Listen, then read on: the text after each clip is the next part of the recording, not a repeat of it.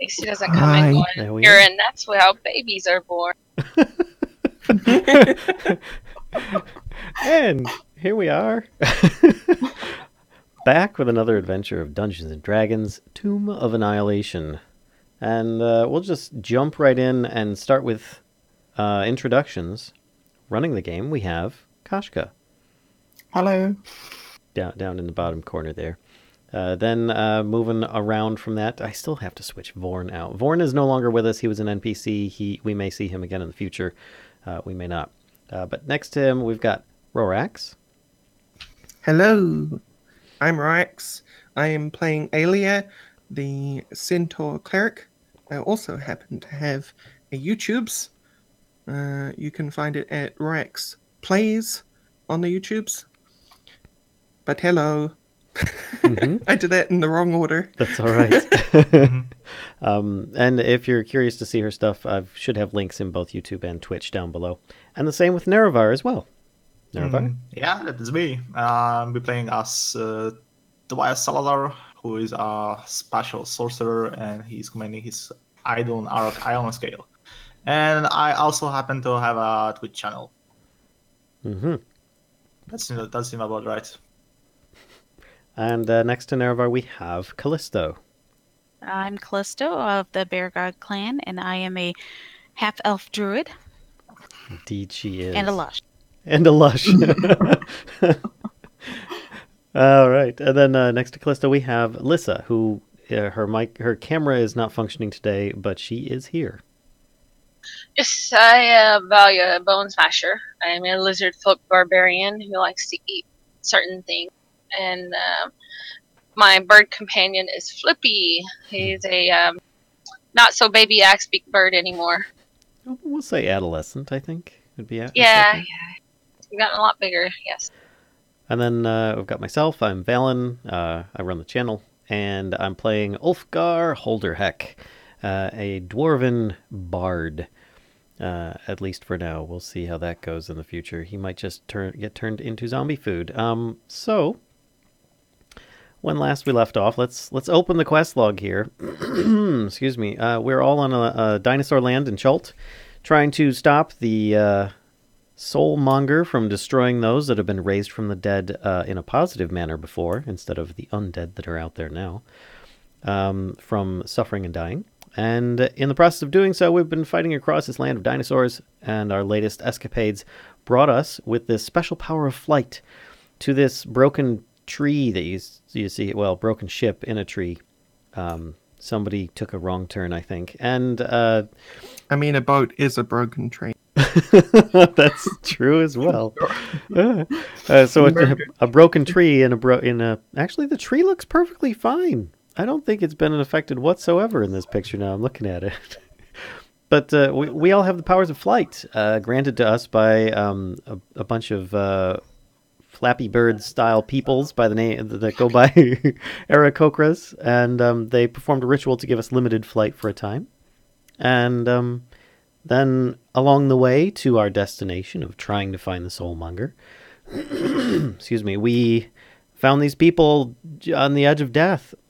And were attempting to try and rescue them when we were suddenly attacked by undead, what was it, monkeys? No, it's a little bit scarier than that. Gorillas, wasn't it? Or gorillans, or... Do you want to see? I feel like that's a trick question. There you go. Gorillons. Okay, yeah. They have too many arms. Yeah, and they've got too many teeth. But yeah, a bunch of these guys came at us, as well as a bunch of ghouls, which have a paralyzing touch that doesn't just last for a round or so, it lasts for minutes. So, half the party is on the ground fighting off ghouls, and the other half is up in the trees trying to help the Garrulons, or to help the people in the ship when they were attacked by Garrulons. Actually, I'm going to stop massacring this any further. I'm going to let Kashcah take over. There you go. I think you pretty much nailed it. I think... I didn't have the specifics of where each person was when we left off, though. I didn't say that. Yeah. So down on the ground were yourself and Aelia. And pretty sure that Dragonbait and Artis were on their way there. And so let's see, that leaves. So Tobias, were you kind of mid-travel as well down to the ground? Yeah, that And will be it.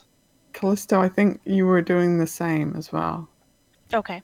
So, and Valia had stayed kind of up at the top a little bit longer, and has just really kind of called out to everybody saying, well, Valia, do you, do you want to Yeah, talk?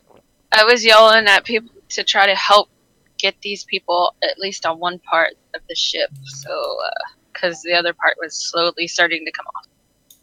And you see coming towards you 3 of these monstrosities, and they are gorillans, but there's something clearly wrong with them, and that's something you would definitely recognize as being undead, because the skin and muscle is kind of hanging from their bones in places, and they bring this kind of wave of stench of towards you of death and rot and general zombiness.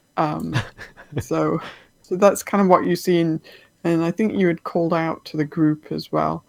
So I think actually first thing to do is for us to get an initiative order going, because we've got like a couple of things going on here. I'm just trying to find my token. Oh, there we are at the top right. See nothing but a black box. Well, what the Oh. heck, Kellisto? I'm just kidding. Let me have a look at your settings. Apparently, you hit a tree branch on the way down. For some reason, your settings are gone. Oh. Does that help? Is it? Can you Yes. see it? Oh, Now I can see it. And excellent.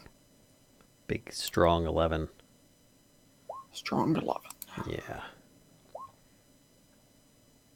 Okay. Let's see. So we're just missing the baddies now. Oh,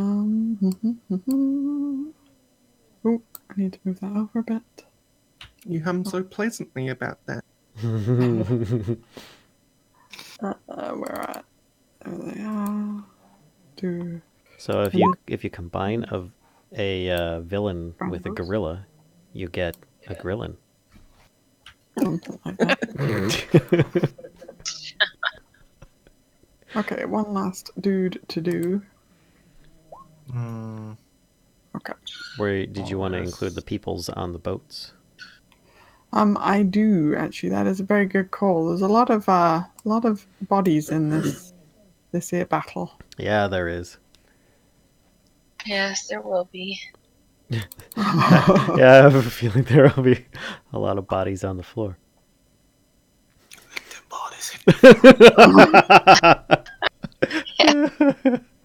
Okay, these 3 that are on the same section as Salandra are all going to kind of move as one. If I can't do the pun in the title, Oh my god. then I'm just going to bring it Turn into the order. game. It's insane. Wow, that is a big initiative list. Hang on. There's 2 more. Oh, Jesus. That is this one. I get this. What I should have done is just had all these folks move as one.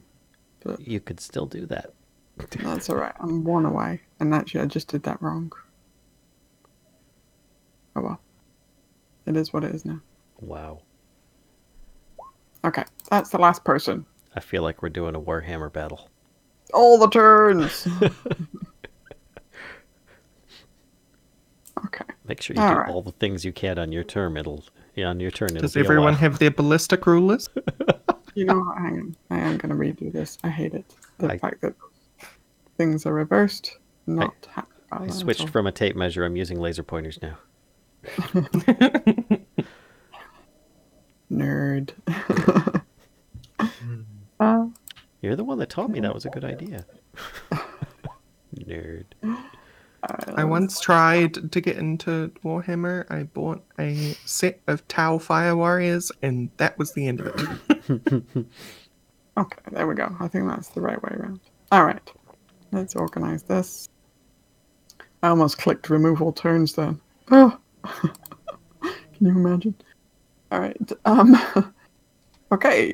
So this actually is fairly appropriate. Because Valia, you are at the top of the order, and you see kind of off to me point off in this direction, kind of over here, coming towards the trees. They look like they're probably about 60 feet away from being on the map. Are these 3 gorillan zombies?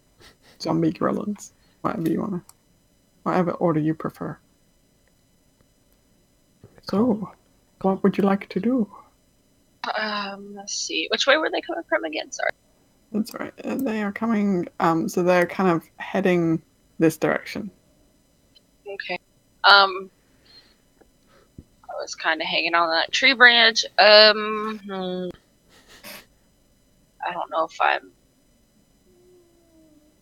don't know if I'm strong enough or quick enough to get anybody off there. There's only these 2 on the ship here. Yeah, there's only those 2 on that chunk of ship. The gorillans are, while they're not as fast as their like regular counterparts, they're living counterparts. They are moving pretty darn fast. Right. All those extra, all those extra limbs. Yeah. I guess I will try to tell these guys to get over here towards the edge, and I guess I will land about here and ready an attack for the first ugly gorilla to come close to me, and I'll smack. And I'll tell Flippy to see if he can go and, I don't know, maybe try to warn somebody to help me. That's about all I got. Okay. So can you point where you're directing these 2 folks to move to again? I want to tell them, come on, clicker. There we go. Click to, Okay. around this area. Okay. That way they're both in one spot, and hopefully somebody can get them and move them quick. Okay. Okay. So then, this person is going to not do anything because I was on the GM layer. Now they're going to do something. So they are, and actually, they slowly crawl over there, and it looks like that is like the maximum possible thing they could do in the state that they're in. Like they're literally like crawling, and just have 0 like energy at all. It literally takes them like everything they've got to kind of move over there. Is what you kind of observe, Valia. Okay. Alright, Arokh. Arokh is kind of partway between the ground and this activity. If I didn't remember correctly, that Arokh was diving for Aelia, because she went onto the ground to dispatch those zombies, right? Yeah, yep. And Aelia actually took some damage from a ghoul that I don't know if you'll be able to see. But you'll see, like, which way is Arokh moving? Towards the ground. Or down? Sorry, I was busy making a labyrinth joke. What did you say?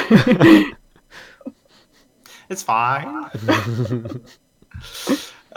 He's diving to the for the bottom. So you're saying Arokh chose down? Sorry, it's just gonna keep going. He chose down. So yeah, you can dive down to where Aelia is, and Ulfgar is down there too. And you see as Arokh gets kind of closer, he sees that Aelia seems to be not turned to stone like last time, but frozen in place. I put a little icon on my character to represent that I'm on the ground. Just for ease of remembering. Okay, thank you. Okay. Okay, I'll do that too. So who all's down on the ground? I know that Valia, Aelia is, Ulfgar is, and Nerevar. Both of your guys are on their way down. Only Arokh. Okay. Arokh is pretty much at the ground at this point. Oh, okay. So he could probably get... Right, hang on, because you started moving down there last time. So you could probably get an action in if there's something that Arokh would like to do. He's going to attempt to lift Aelia off the ground. Okay. You do see that there's only one ghoul there, and the ghoul does look quite damaged. But if you would like to lift Aelia, then give me a strength check. Yeah, I think she did like a superhero landing before and scared most of them away. Yeah. I don't know how that would work with a centaur, though. That'd be interesting. I can imagine it. It's a divine ground pound. Kind of land back feet first. You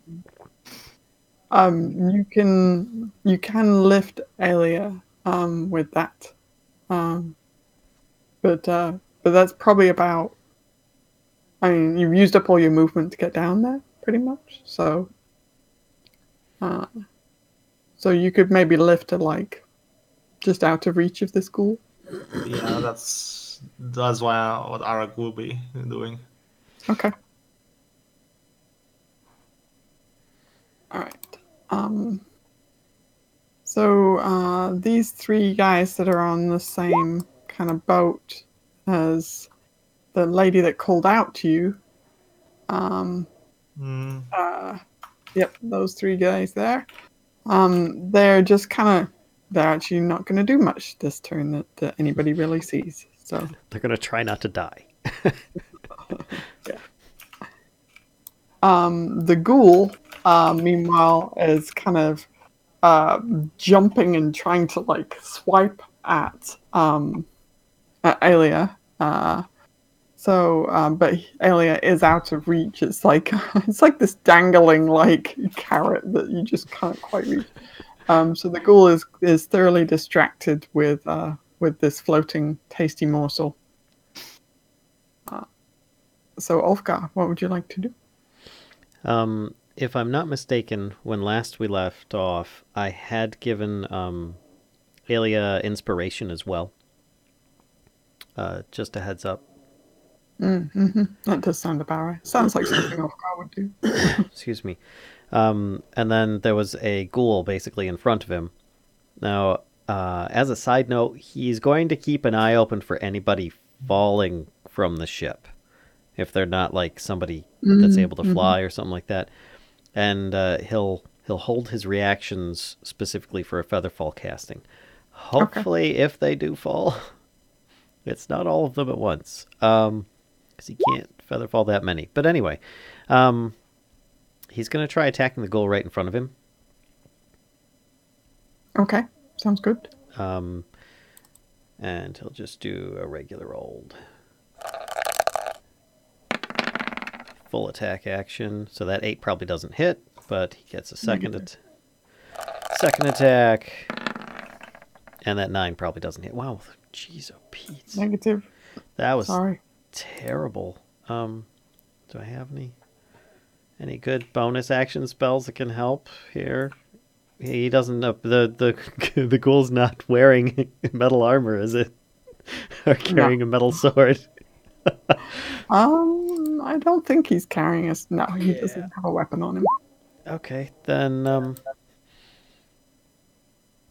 I guess that's about it for the moment. Yeah, okay. He readies himself to get hurt because he's on the ground. Yeah. All right, Tobias. Is Tobias going up or down? He is going to fly towards the ship. Okay. This part is more stable.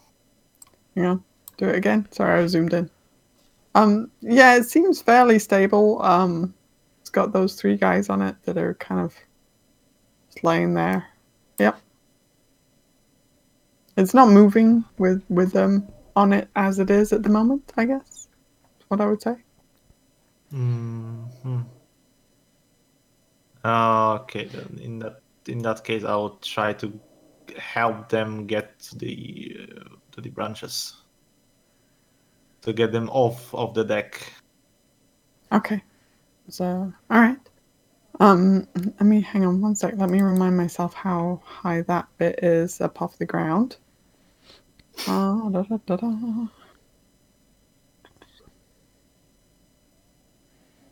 Come on, I know it was in here somewhere.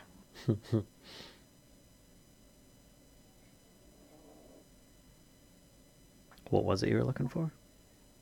How high it is off the ground. Oh, here it is. Okay, so that is about 65 feet off the ground. So, you're probably halfway down before. So you could use your movement to get back up to the deck, and then do you want to use your action? You're going to use your action to kind of help move these guys. Where do you want to move them? Off the deck Is to the it like over branches. here, like Yeah, this? to the branches. Okay. So preferably I will move them where they will not fall, or the more stable ground, so sort of say. Okay. So on the branches will be, so somewhere Okay. here. All right. So, right. So is this guy in a good spot? Is that where you move him to, or? Yeah, correct. Okay. Yeah, correct. Okay, cool. All right, so you can probably move one guy this as your action this turn. So then I think over to Kellisto. You have the same choice, up or down. Up, please. Okay. And which chunk of the ship would you like to? I was going to go towards the back half because I'm assuming I heard Valia yell for help. Just cast Okay. Awaken on the tree and we're done. Just. So how far can I get? So you can get up to the deck. Yeah, that's no problem. Yeah. And then I was going to turn into a wolf spider. Oh, okay. Very cool. Actually, let me see. Do I have a thing for wolf spiders? Probably not, but let me just see if I have one, then we could use that for your token instead. Okay.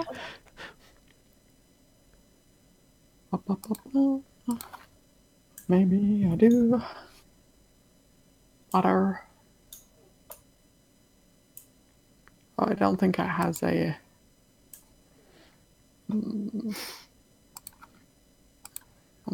check one more place.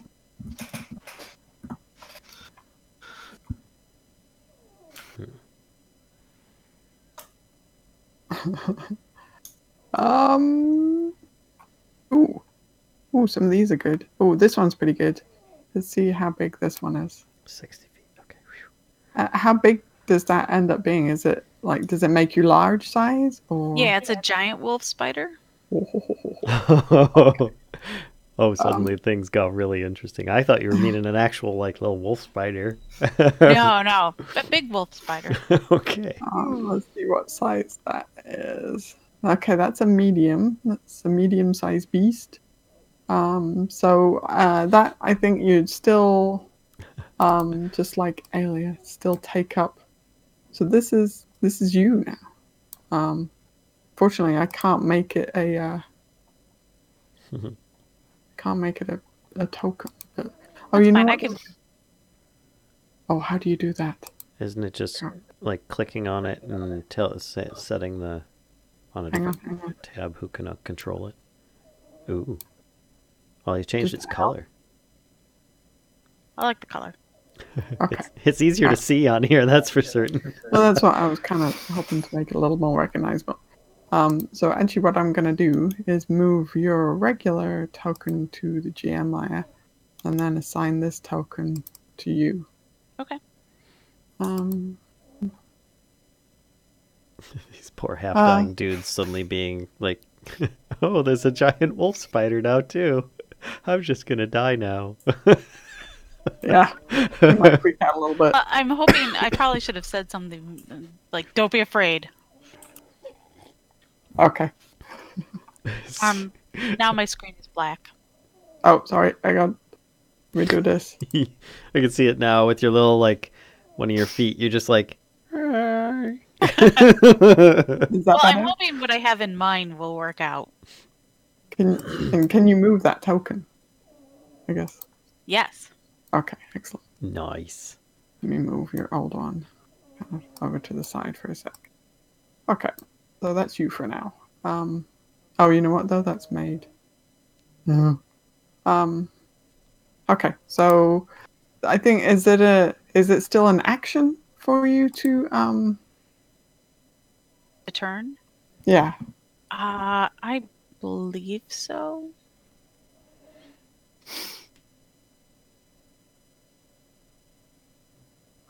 But I'm not sure how to tell that.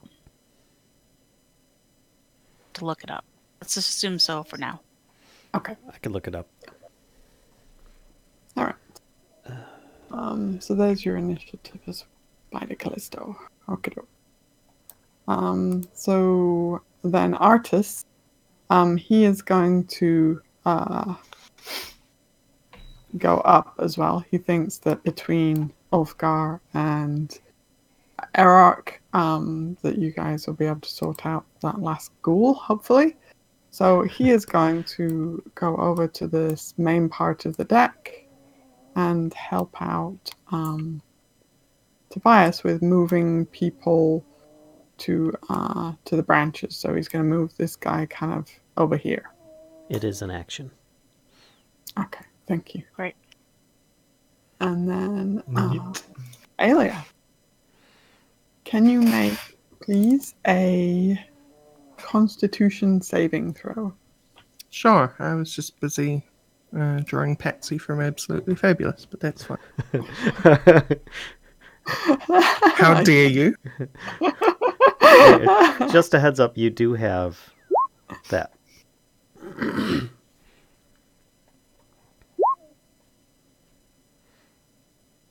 Ooh. Oh, yeah. Okay. So you are able to shake off the paralyze effect that was on you. So you're no longer paralyzed. But when you do shake it off, and maybe I think you're probably already aware of this because being paralyzed does not, shut your brain down. So you're already aware that you've been kind of picked up by Arokh and you're now kind of dangling. And there's a ghoul and Ulfgar below you. The ghoul seems to be trying to grab a hold of your feet, and Ulfgar seems to be trying to hit the ghoul. So this is So did shaking it off use my action? I think it does because let me double check that it's at the end of the target can repeat the saving throw at the end of your turn. So that's kind of like the last thing that you. So yes, in short. Okay. I will just let this wash over me then. Okay, take in the scene. It's like Ulfgar and this cool. Maybe try and lift my back feet up a little more. Just gonna curl them in like little kitty paws or something. Is there anything Flippy is up to? No, I think I'm gonna just have him like kind of stand on this branch and squawk around, because I don't want him near the gorillas. Okay. Alright, then Thassalandra is going to, she sees kind of what you guys are up to, Tobias. So she's going to try and crawl her way over to the branch as well, and she makes it to about there. Okay, I lend her a hand. Okay. Not literally, but I'm going to help her. Okay. Alright. Got this old ghoul hand in your pocket. You carrying around with it. Mage hand. Oh, yeah. Dragonbait is going to come up and land on this deck. and help the last guy out over. Maybe you can make it like over there. Okay. So over here we have this other person who's going to kind of try crawling. Is a little afraid of the giant spider, so wait for 15, but manages to crawl over there. And then our friends, the undead gorillans, arrive on the map. So here they come, swinging through the trees towards you. They are bellowing, and I think this one is going to kind of end on this branch. So they end kind of there-ish. Alright, Valia. Okay, let's see.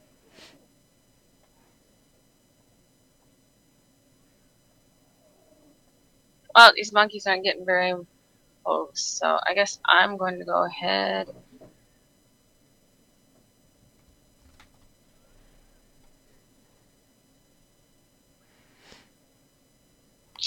I guess I'm gonna go ahead and let's see, make sure that's enough.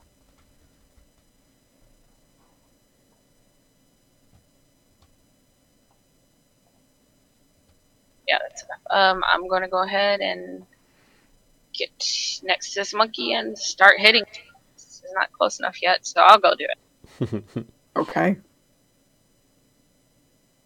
That gorillan is too big. Time to chop him down to size. That does hit, yes. Oh, I forgot to rage first, but that's okay. Okay, so 4 points of damage. And Okay. then I will unarm attack kill. He tastes really bad, by the way. Oh yeah, I can imagine. He might That taste also a hit. little like disease. And there we go, 9 more points. You're actually completely positive that you should not be putting this gorillan in your mouth. Okay, yeah, you take a chunk out of him with your bite, and then decide maybe it's better to punch him. And when you do your unarmed attack, how is that? Is it kind of a punch thing, or? It's just my claws. I'm just slashing them, basically. Just kind of grabbing at him with my claws. Cool, gotcha. Okay, so yes, you slice through some of the remaining muscle on his body. So gross. Yeah, there's kind of chunks like falling off as you're like rending through his remaining flesh. He's like half zombie, half skeleton. Interesting.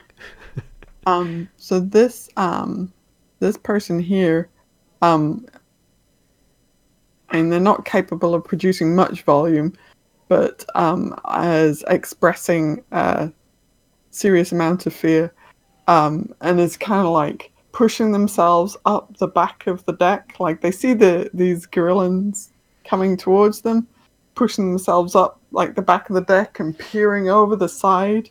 They seem to be in a bit of a panic, or in full panic mode, but don't have much energy to do much with that. So they're kind of, it looks like they're contemplating jumping. That's kind of what you see, Kellisto. If they jump while I'm trying to rescue them, I'm just going to go down there and stomp on their core. I'm just saying. Yeah, screw this healing stuff. Nobody wants Yeah. to. All right, Arokh. You have an awake Aelia now in your paws. Drops around the ghoul. Horse drop. The ghoul is still alive, right?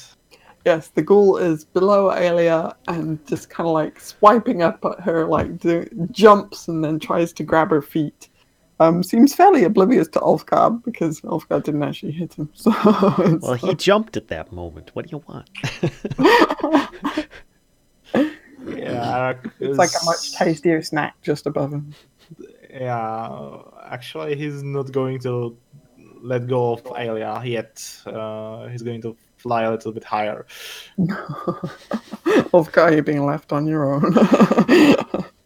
Hey, he can fly. He's able to fly. It's true. Sure. Yeah. All of us can. So I would say carrying a person, you're going to move at half your speed, because I think you're both about equal size, Aelia and Arokh. So Yeah, that's fine. Arokh will be going up, so we're going to head to the ship.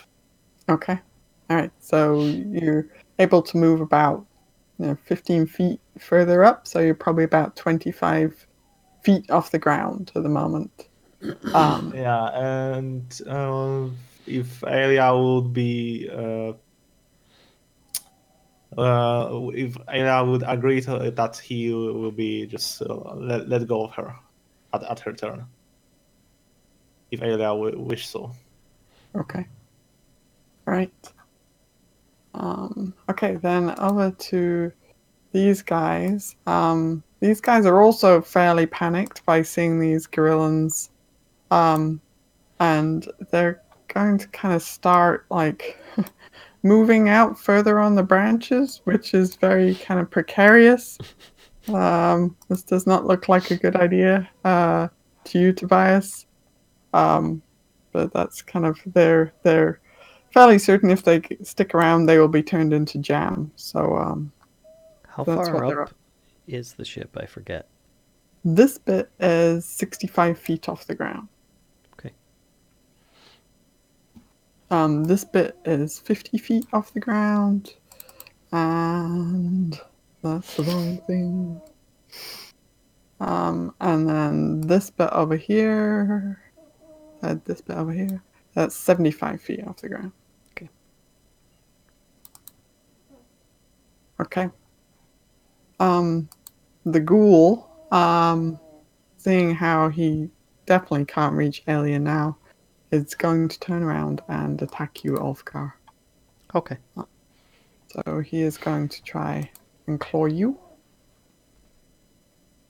That would hit. Okie doke. So I need you to also make a Constitution save, please. Is it against a poison type damage? Oh, that's a good question. I will still make one nonetheless, though. Constitution save. I hear those snores. Yeah, she's snoozy in here. It does kind of seem like it would be against a poison. So are you immune to poison? Is that? No, I have advantage. Ah, okay. But still, my first roll is better anyway, so 16. Yeah, so you kind of feel this poison seep into your body, but you're able to kind of shrug it off, and yeah, you got a ghoul in your face now. Oh, So it's all your the turn. better to stab. All right. Did you say it's my turn? It is. Excellent. All right. I just want to put these measurements on here. There we go. So he tried attacking me, and he did for 8. I didn't do that actually. Hold on a second here. I'm gonna bring myself down a little bit further so I can be on the screen. Okay. And where is it? Can I? -8. There we go. Now I will try and return the favor and attack twice with my S word. 17. That hits. And the other attack, 15. That also hits.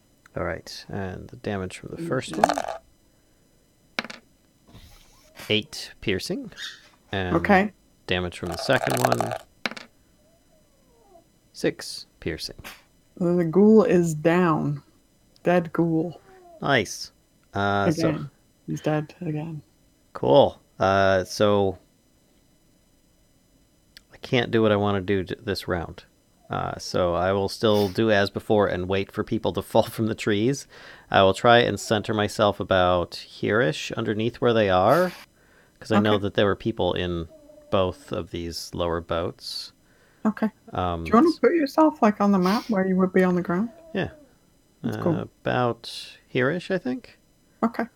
Because I have a range of 60 feet, so I would obviously wait for people to fall into that range, but yeah. Fair enough. Yep. Okay. I'm currently just keeping an eye open for any other ghouls to approach. I know that a bunch were scared away, but I don't know for how long. Mm-hmm. Okay. That's it. Sounds good. Then Tobias. You see the 3 undead gorillas. Valia seems to be taking on one. The passengers of the ship are very afraid. They are safe-ish enough. Aside from their sheer panic, yeah, I mean the tree doesn't look like it's going anywhere. Ulfgar would actually shout up and say, "It's safe down here for the moment." I'm going to start casting my protective hut for them. Featherfall will be a better option. Just saying. Okay, the gorillas seem to be in range though. Tobias seeing the gorillas, he's going to move a little bit further towards them. And he's going to target this one with a guiding bolt. Okay. Cool. Yeah.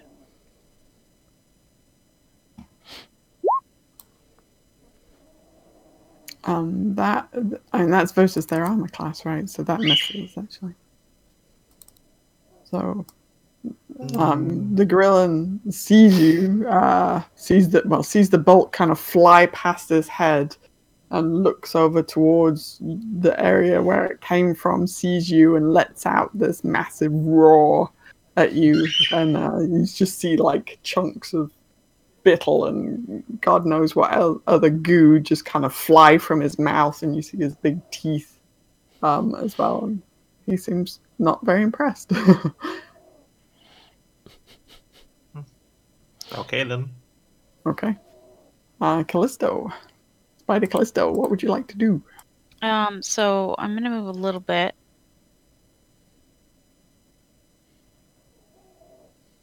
And since they're pretty weakened, right? So I was gonna basically shoot out some webs and try to get them lowered down to the ground. Okay. Target this one first. Let's see. That's awesome. Yeah, so you're targeting this person here? Yeah. Okay. So you're trying to like cover them in web, basically. Yeah, and then wrap like them up. lower them, down the ground, down to the. Okay. So you start kind of spinning web towards them, and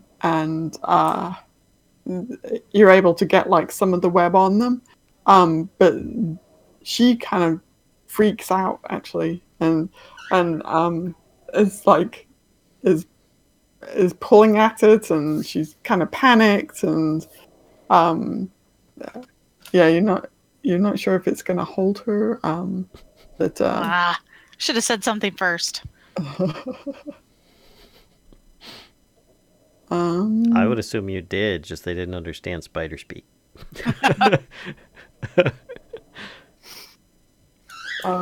Seeing her reaction, is there anything else you would like to do?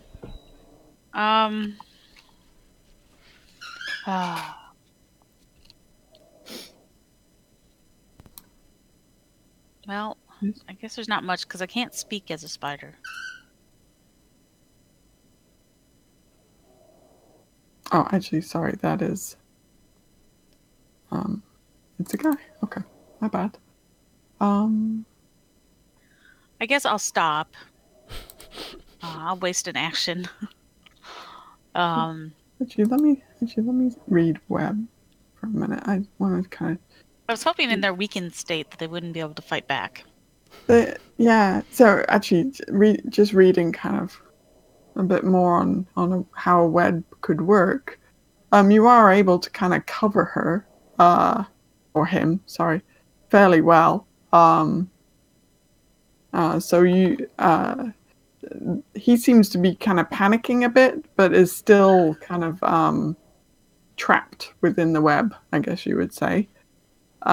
So you do feel like perhaps next turn you could start lowering him down. Okay. Sorry, Yeah, I I'll was do that. underestimating like how much webbing you could produce. So Then that's my action. I just cover him and then I'll lower him down next. okay. All right. Artis.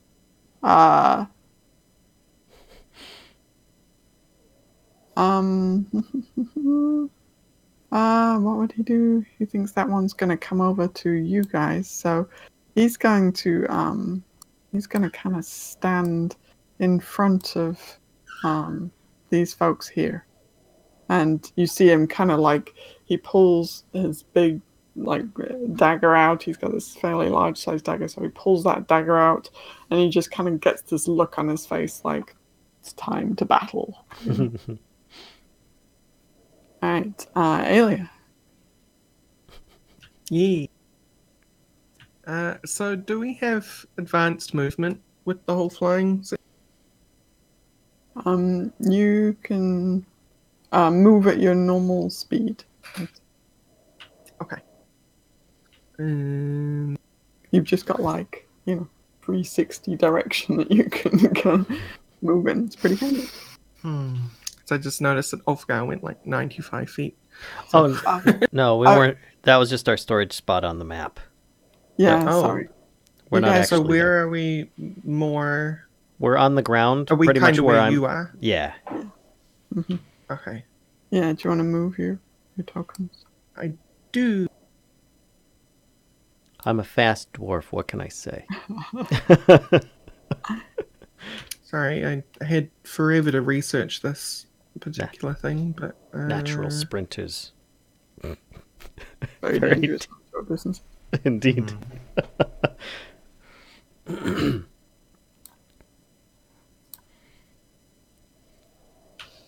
All right. So I can hold a spell, right, for certain conditions to be met. Mm-hmm. Yeah, absolutely. Okay. So Aelia is hopefully, if it's not too much of a vertical issue, she's going to agree with Arokh and let herself. And then she is going to fly to here. Plus vertical movement, whatever that is. I can move 80 feet total. Yeah, you can make that no problem. Sorry, 40.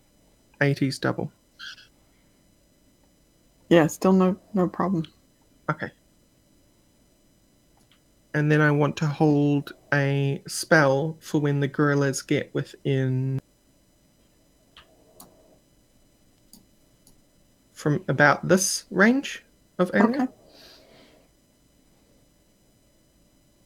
And that will be my turn. Okay, cool. Is Flippy still doing the squawky deep taps on the brain? He's jumping up and down. Yeah. Trying to shake the ship free. Flippy does see a giant spider who's just webbed one of the packages. Yeah, I think he would probably freak out at the giant spider and see them webbed. He'd probably try to go over there and pull them free, but he's not so smart, so he'd probably get wrapped up in it. This poor person now has webbing and Flippy stuck to her. Oh, they're not going to fall?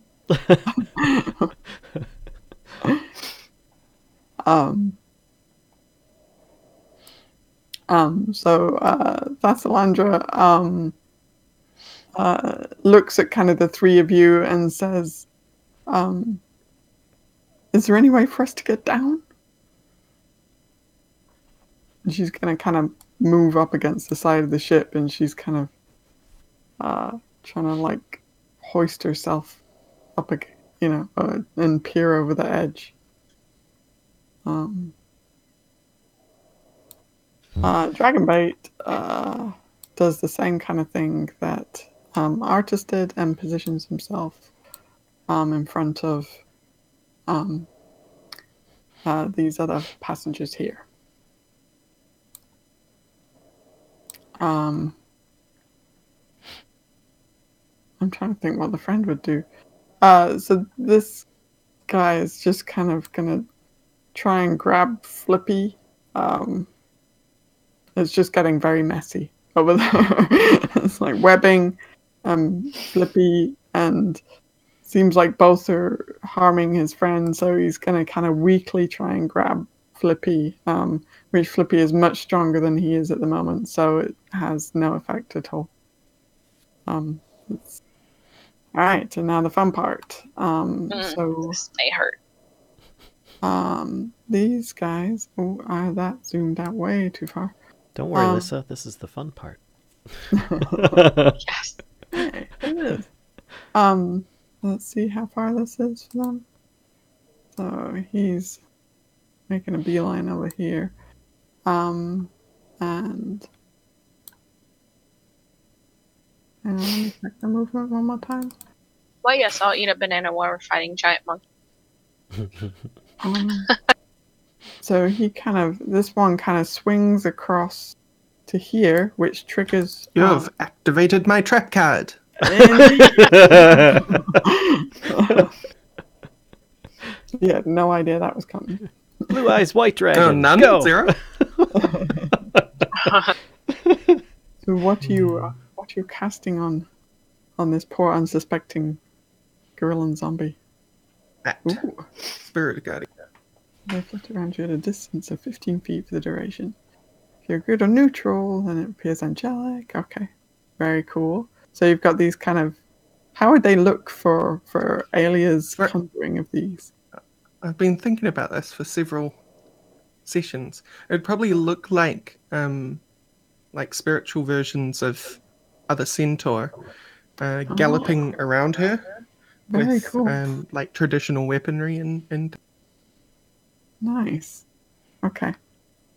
So you can designate the number of creatures you can see be unaffected by it. Okay. When the creature enters the area for the first time or starts, must make a wisdom saving throw. Oof. Or it's going to be just pounded with radiant damage. I would assume undead gorilla are not very smart. Let's find out if they can do this. Wisdom. Oh, yeah, they've got... Oh, that was actually really good. I actually think that works. Yeah, by 1.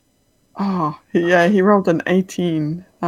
So It still takes damage. he does, yes. Failed save the... Oh, sorry. Unsuccessful save. So, you want to roll your damage, and he's going to take some radiant damage to the face. Yeah, it's still radiant damage, too, so that's good. Which is the damage it takes? It's 3d8, right? Yeah. Yes, it is. All right.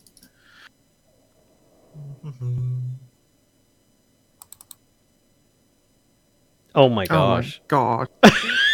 Oh, the dice are just rude. Oof. Okay, he takes not as much damage as you would think from this. Seems like maybe the spell needs to get warmed up a little bit. Or is that... Wait, hang on.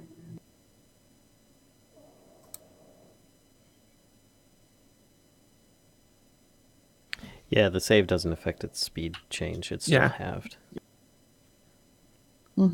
Okay. Yeah, so he was heading over to try and beat up on the person that shot a guiding bolt at him, but actually, when you do that, it's like, I've changed my mind. Being harried by these ghostly ancestors. So, they're not that smart. They're really quite stupid. So, I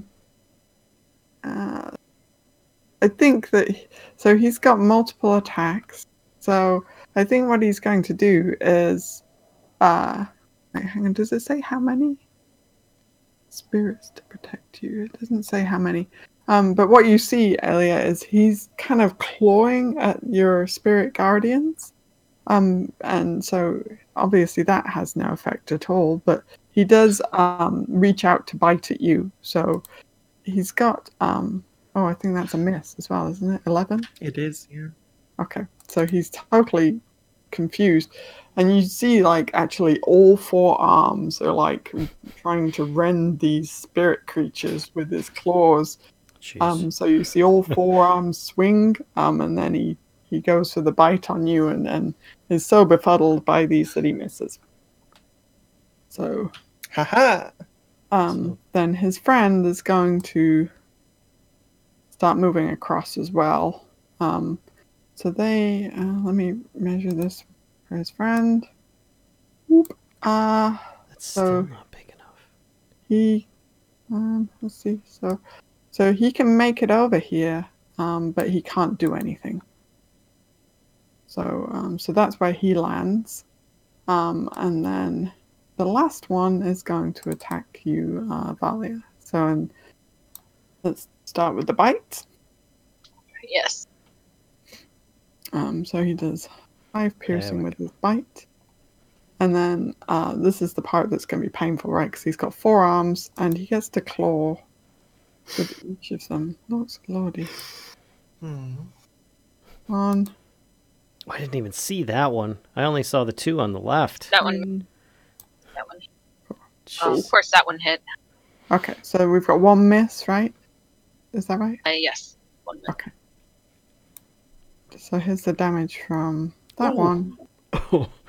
And then here's the damage from the... Oh, okay, that's good. Whew. I was a bit worried about, like... okay. I'm glad you rolled a 1 on that last one. Did you get... Sorry, so there was 5 from the first one, 7, and 7. So Yeah. 19 total. Okay. Alright, so that's him. And that's the Grillen. Good. Valia, would you like to retort? Rude. Yes, I'm going to bonus rage, and I'm going to waylay a crap. I'm going to try to waylay the crap out of this. Get him.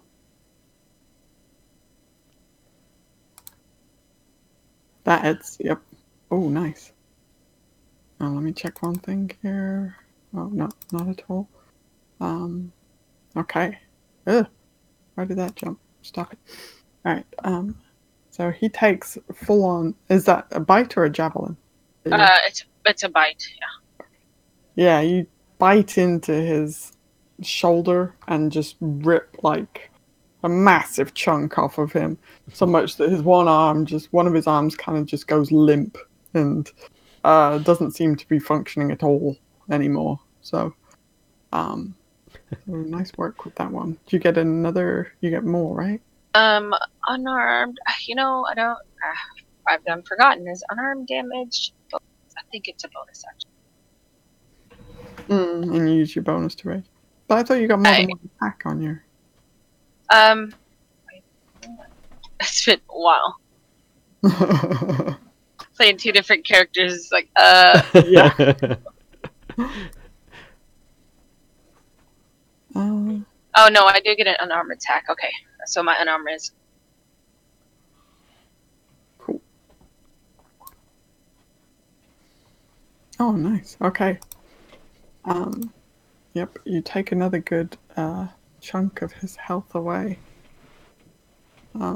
He's looking actually somewhat beat up by this point. So nice work. okay. That's it.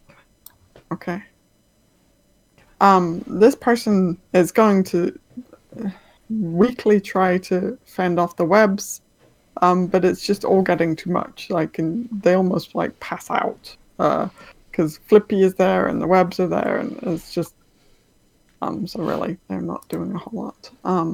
Arokh, what would you like to do? Aelia taken off by herself. Yeah, he's going to attempt to get into the fight. How far is this? It's quite far for him. Look, yeah, don't worry, because you're actually kind of like in this area, but just on the ground. Yeah. Okay. And then. you're like, well, at least 25 feet off the ground, so you're kind of like halfway to the first chunk. Let me think this through. Hang on, I have to check something. Da-da. Cast Destroy Boat. Everybody suddenly, Total carnage. how many people can you feather fall, Ulfgar? 5. Hmm. There's Um, too many. Arokh probably will go for this gorilla zombie next to Tobias, and Okay. he will tail slap them. Oh, nice. Whoopsh. Do I have this configured? Yeah, I do. Okay, hang on. Oh, I think that just hits. Let me check. Oh, that hits. Yes, for I sure. think it's big enough. Yes, exactly. Oh, nice. Okay. You see a chunk of decaying flesh fly off him with the slap of the tail. Ulfgar's enjoying the rain.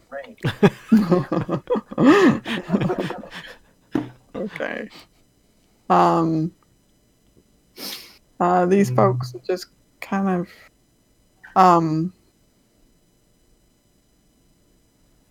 hang on one sec, let me just make a little roll, try and decide like what they're gonna do.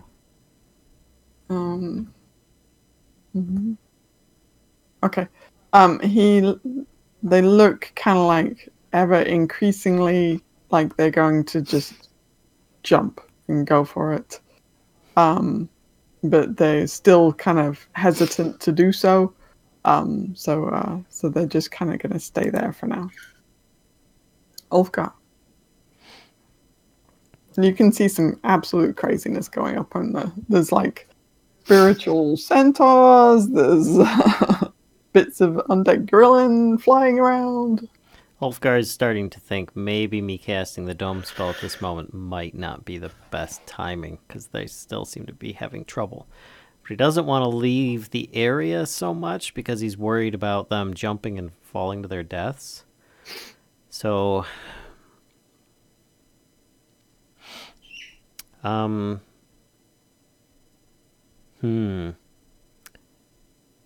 he's going to pull out his short bow and fly up, and then just...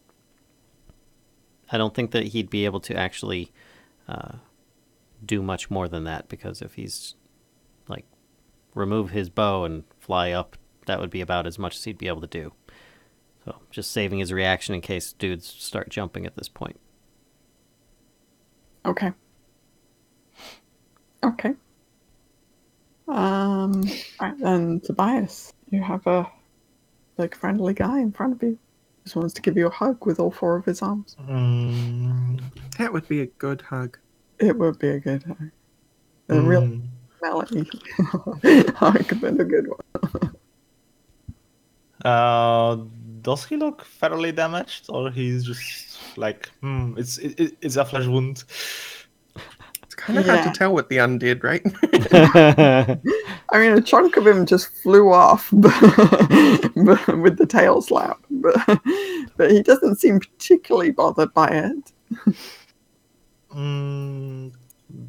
Then I'm going to cast. He's going to cast Guiding Bolt again, and it's point blank, so it should hit. Well, you say that. Yeah. Yep, that hits. Ooh, radiant damage, and it's double because he's undead. Yeah, so he takes a massive chunk of damage. You see it just kind of burn the flesh away in a really big part of him, and the flesh just kind of like disintegrates into ash around like his kind of upper left torso, and the bone that's left beneath is charred, and yeah, he's thoroughly damaged by this. Be gone! Yeah. All right. Nice work. So then, anything else you want to do, by the way, as a bonus? I kind of like to back off a little bit.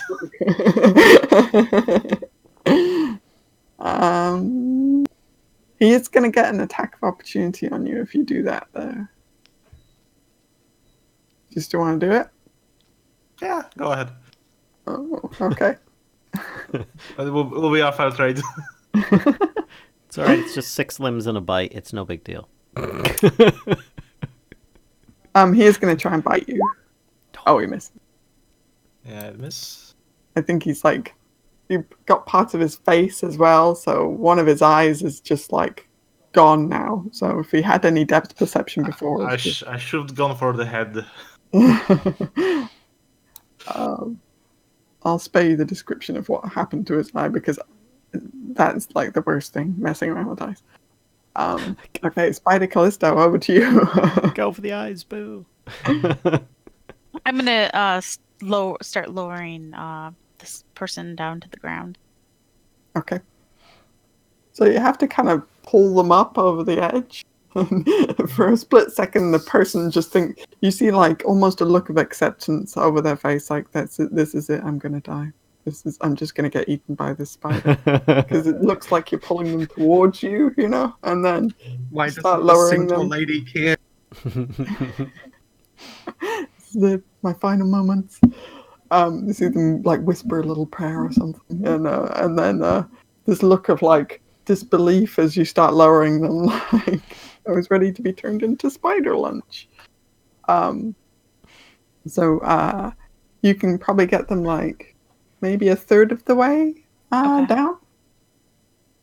So Ulfgar, you see one of the crew members is actually I don't know that you would be aware that that's Kellisto. But one of the crew members is being lowered to the ground by a giant spider. And Flippy is kind of like flapping around them as well. Yeah, that's Kellisto.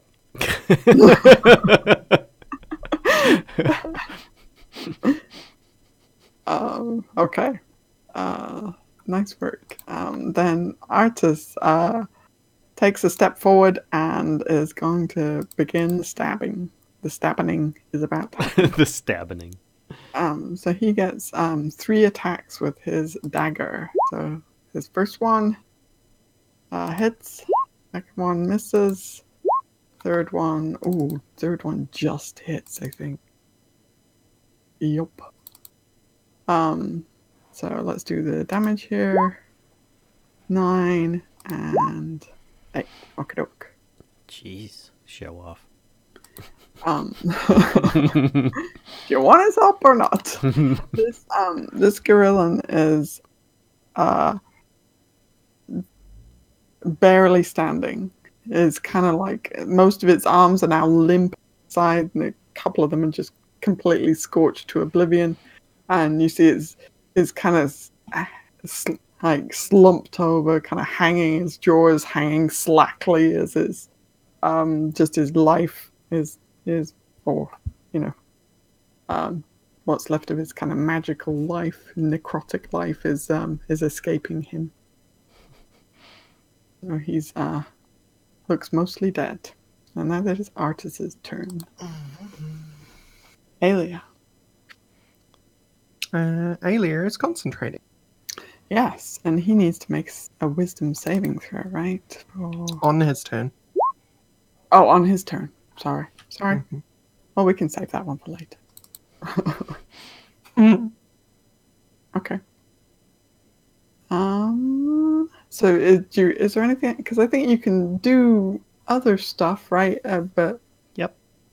so it's only if you I'm cast or take unaware of- that. Yeah, Is there anything Sorry. else you would like to do? Sorry, what can I do while concentrating? So you can take regular actions actually without breaking concentration. It's only if you Ooh. another spell or if you take damage that you. If you cast another spell, then it breaks your concentration, and if you take damage, then you get a roll to see if you can keep concentrating. Okay. Well, then I'm going to try and shove the spear straight into the gorilla in front. Nice. And let's see how that goes.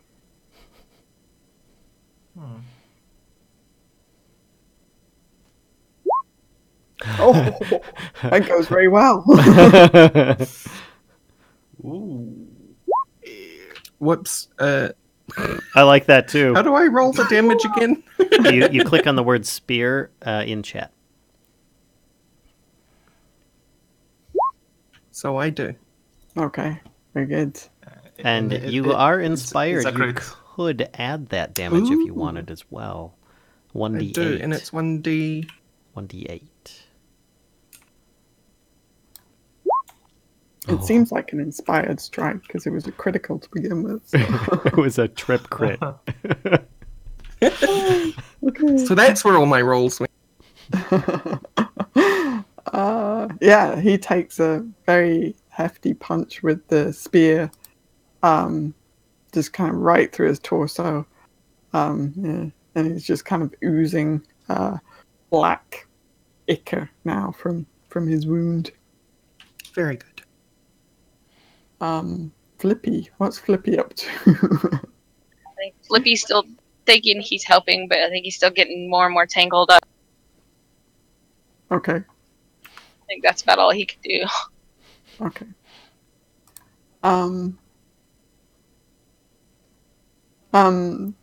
Thessalandra is going to actually stick it out here because she sees that this one is almost dead.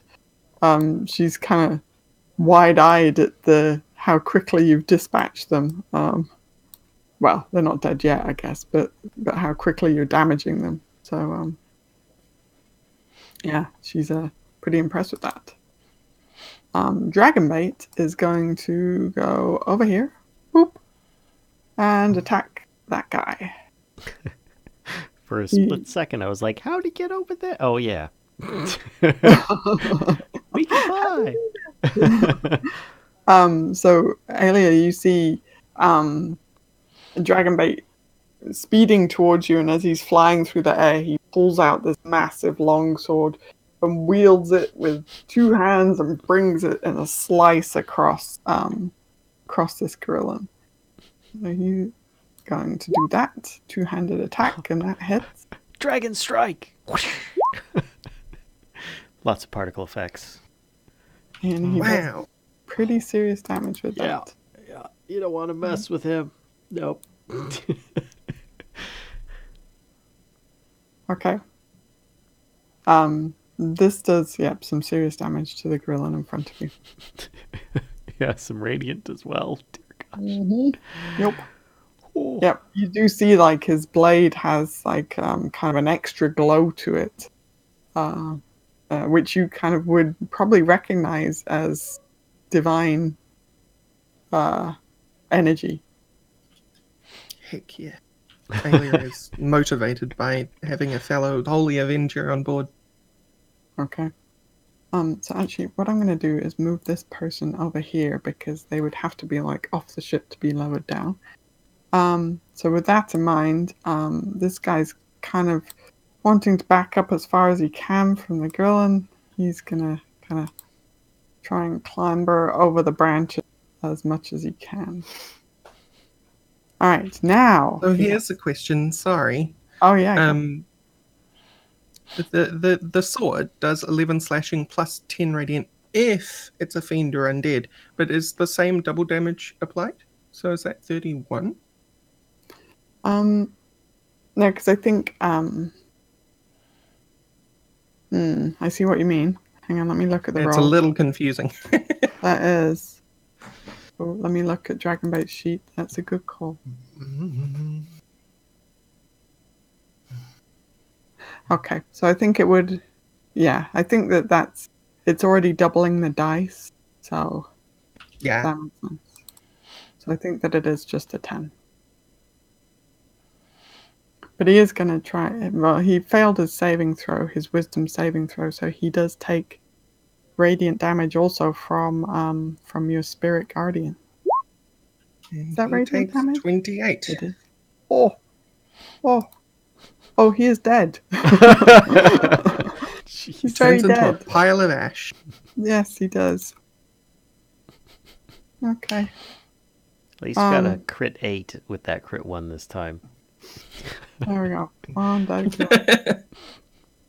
Hmm. But the other two do get to kind of retort, and they're not particularly smart. This guy is going to spread his attacks out. This guy here between Artis and Arokh. So he's gonna do a couple of bites, or a bite and a couple of claws on Artis. He fails as his bite. He's mostly dead. I'm not surprised. It's been He gets mostly one dead all claw. day. They're mostly dead all day. Is that what you just said? Yes. Okay, so that he does 8 damage on Artis, and then on Arokh. It misses. Okay. Arokh misses. The 21 misses? The 12 misses. Okay, so this one hits. Boop. Oh, so he just takes 8. He doesn't take the 4 because that's if it was the crit. So let me put that 8 on Artis. Okay, got it. Okay, so 8 damage each for Artis and Arokh. Right, and then we have our friend over here, who is going to attack you, of course, Valia. Apologize in advance for the incoming damage.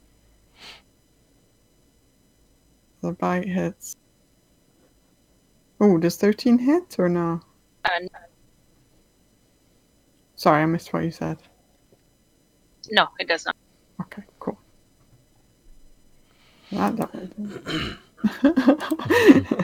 Okay, so he misses with all 4 arms, but he does manage to land the bite. All right, then. It's difficult. He's like on the tree, you know. Valia, do you want to strike back?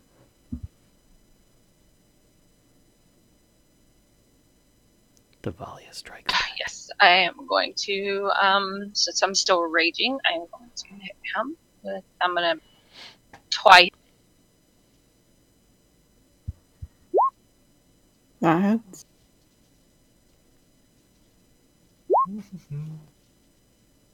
Okay, Shoot. Can I use luck? sure.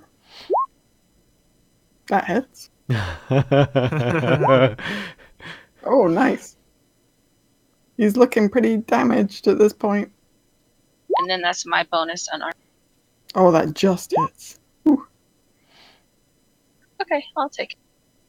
Yep. He is, yeah, he's got more chunks missing than he had, and is definitely kind of impeding his function.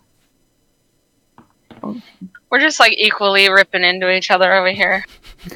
4 people taking 1 monkey down. I'm like, I don't need 4 people. That's all I got. Valia. Yeah, that's all I got. Yeah, she's one-man army.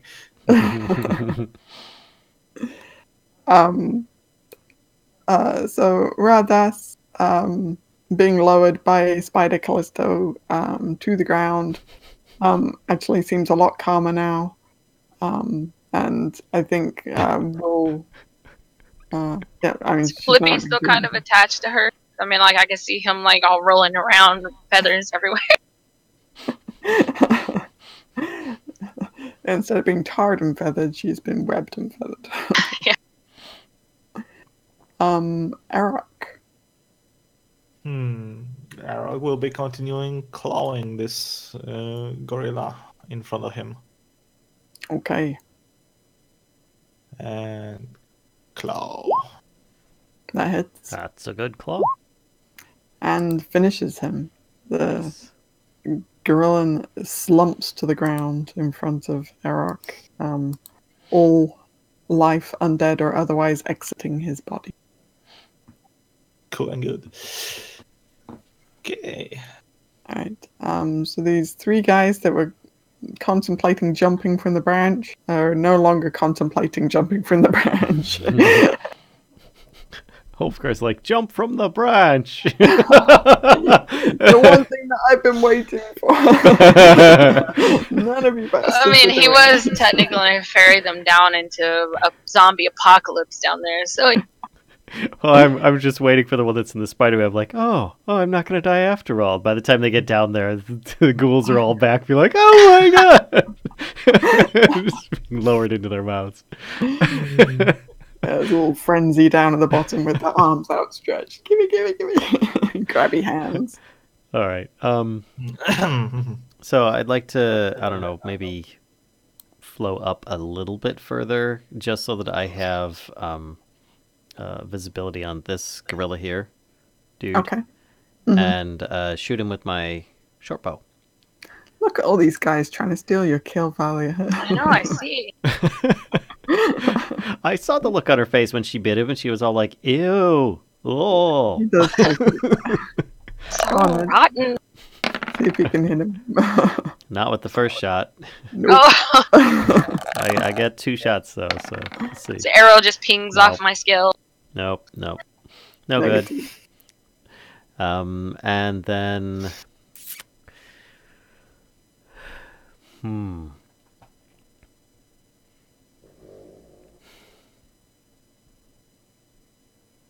I guess that's about it for the moment. He's just gonna... I don't want to overdo things and just forget these guys or something, you know? So I'm just One gonna stay of there. us. Okay. Right, that's it. Okay. Tobias? Actually, I would float back down a little bit more. I see if I have a clear shot of this last gorilla. Yeah, that seems about right. Just about, I think. It's a little difficult to see. You've got some spiritual centaurs between you and them in this kind of area. Galloping circles around Aelia. They're Yes. just like playing with each other, tackling each other like little kids. It is. It's actually really beautiful. Yeah.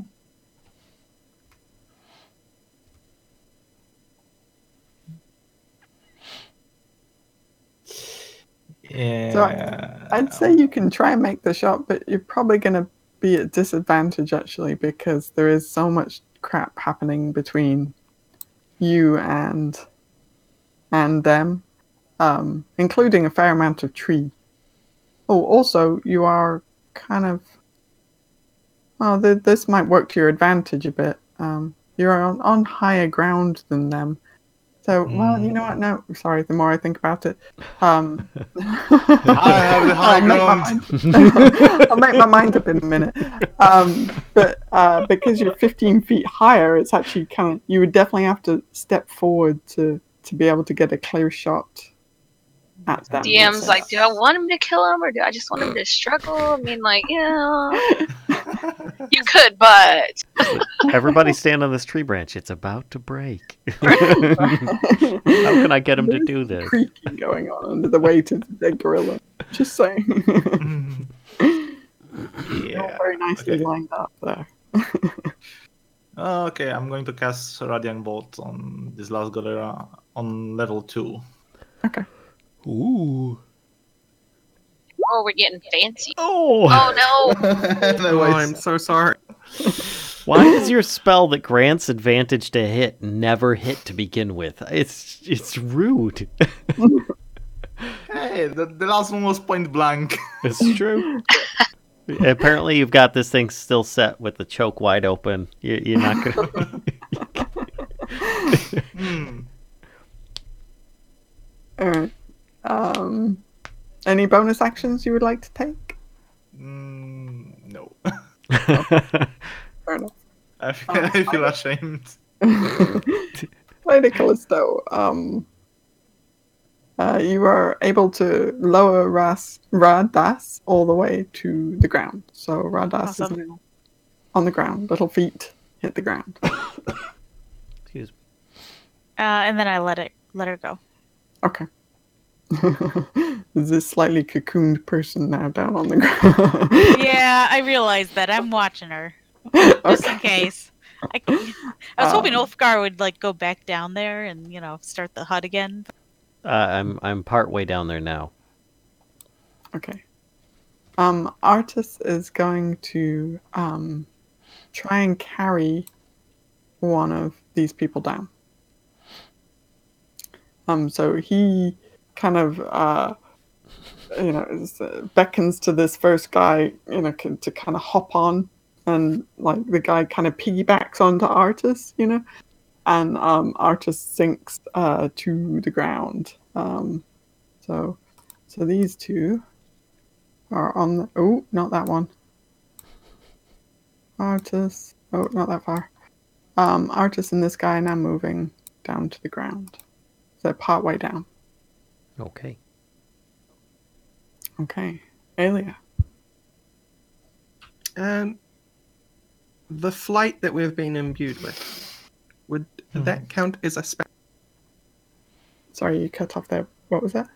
Would that count as a spell in order to use? Oh, no. I would say no, it does not. Okay. Then Aelia is going to simply move over here. And as the barrier passes over, so like about here, Oh, right. please make a wisdom. There we go. Okay. So is that on their turn now? Oh, no, because they're entering. Because if they enter it, they'd make a wisdom turn check, and then also on... That makes sense. Okay. I don't know what your DC is. 15, so that fails. Another... Ooh, yeah, that finishes him. So as I approach, I guess my ancestor spirits will charge ahead of me and stab this gorilla all at once. They kind of, like just full counter through, and they just blast through this gorilla. And it's just kind of this, his body is like held rigid for a moment as this radiant energy, and then just the ash just kind of blows away. So Valia, this kind of in front of you, this gorilla just is, turned to ash in front of you. And of course, Aelia looks very, stoic about it all. Undead killing superhero. I just look, my kill. My bird's chew toy. Oh.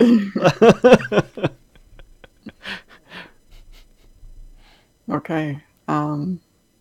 Anything else you would like to do, Aelia? I guess I have movement, so I'm going to move back to here. And I am going to I'm going to stop concentrating as well. Okay. Because I think that's a free action. And then I'm going to tell the guy up on the trees to get on my back, and I'm going to try and help him up onto. Okay. He will happily do so, having watched you just kind of turn two gorillas to ash. He is going to trust you with this, so he looks willing to do so on his turn. So Flippy is still kind of messing around. We might actually be helping at this point because the person is now on the floor of on the ground of the forest or the jungle, and so can now. He's just ripping with his claws and his beaks, trying to get it off. Cool. Yeah, I think he's definitely helping at this point. So Thessalandra is just kind of has stopped thinking about throwing herself over the side of the ship and is now just kind of focused with what little energy she has on the welfare of these these two folks here. So she's just kind of paying attention to them. Dragonbait will, noticing what Artist does, will do the same kind of thing. He comes over here, encourages the guy to kind of get on for a piggyback ride down to the ground. But he's not going to kind of make it down, obviously, this turn. As everybody, all the kind of foes have been dispatched, I think we can break turn order. And if you want to just kind of describe what you guys are up to. Now let's focus on getting the crew on the ground. Mm-hmm. Yeah, I was going to move over towards the other two and basically shoot out a web on one. Okay. Hopefully they don't freak out. The other two that were on the ship, they're both down now? Yeah. Yep. So wait, which two? Oh, okay. Yes, because this guy here was climbing onto Aelia's back. This guy here is on the ground, but is kind of struggling with some webbing. Flippy is trying to help.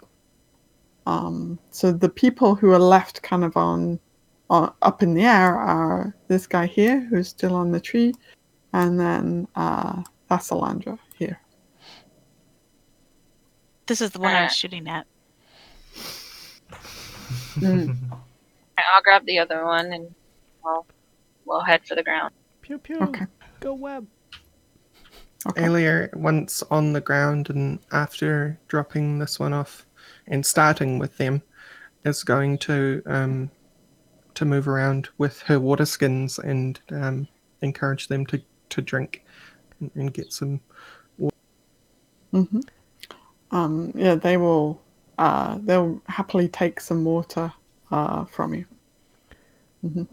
So I think we can. The last this guy here who's being webbed is going to have a bit of panic, but then probably sees his friend is kind of undoing themselves at the moment. So we'll acquiesce to be webbed and lowered. So after a fashion.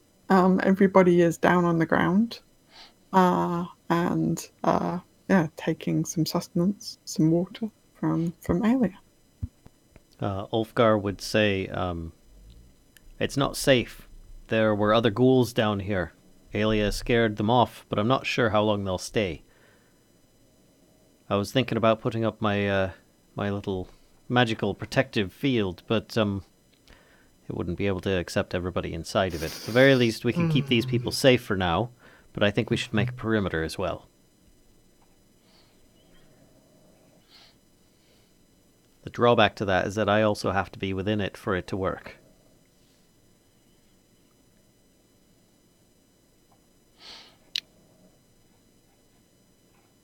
Well, yeah, you should do that. You should get inside with them. And then start, I'm going to start, doing healing words and stuff. Okay. So they don't seem to be actually injured when you start kind of going around and checking to see if anybody needs healing. They're just extremely malnourished and have, as a result, have severe exhaustion. So healing them, there aren't any actual injuries to heal, if that makes sense. It's kind of it's more that they need food and rest, or food, shelter, and rest, because they've been exposed for quite some time now, and their rations are long gone. I mean, if you guys think about, as you saw the ship when you were at Mbala, so they've been stuck in this tree since then. So when you went to the Oracle, and you went up to Ponianzaro, took the boat around, went to Kashcah. So this whole time they've been in the tree, and they had some food on them, but that's kind of long gone. Ulfgar. Well, Aelia, maybe we should go hunting to get them some more food. I think it's a good idea to go hunting, but I would like to try and help them rest if that's Okay. if that's possible. Ulfgar would also say we should move them a little bit further away from this because I don't know how long those boats' parts are going to stay up where they're at right above us. Good point. And with that, Alien's gonna offer some free calming words sprinkled with a little magic. And Ulfgar, you've cast, or do you do a ritual casting of the hut? I think at this point I would probably do a ritual casting, but I would be still trying to keep some awareness in case we were attacked by ghouls in the process. Okay. Or So, more gorillans. And Artis and Dragonbait will help everybody kind of like help all of the ship crew gather, within the area, because at the moment they really can't walk. They can kind of like crawl around a bit, and they have like some small amounts of movement, but not enough to really walk. So they kind of you see at one point Artis kind of just picks up the one of these kind of regular kind of guards looking people here, just kind of picks him up almost as if he's like a child, and kind of carries him over, because that's how poorly off these folks are. They have no energy to really move of their own volition. So, Artis, while Kellisto is off hunting, if you reach into the saddlebag, and she points back to one of the saddlebags on her, I have some rations still free that you can distribute. okay. We might still have some left over from when we left with the Arokh as well. That wasn't that long ago.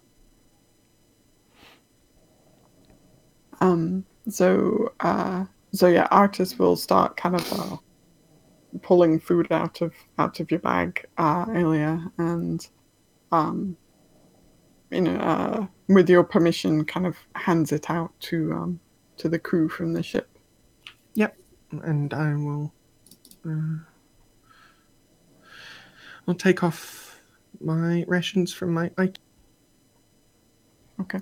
And Kellisto, you're able to get some food. You think it's probably enough for them, just about, but not really for anybody else.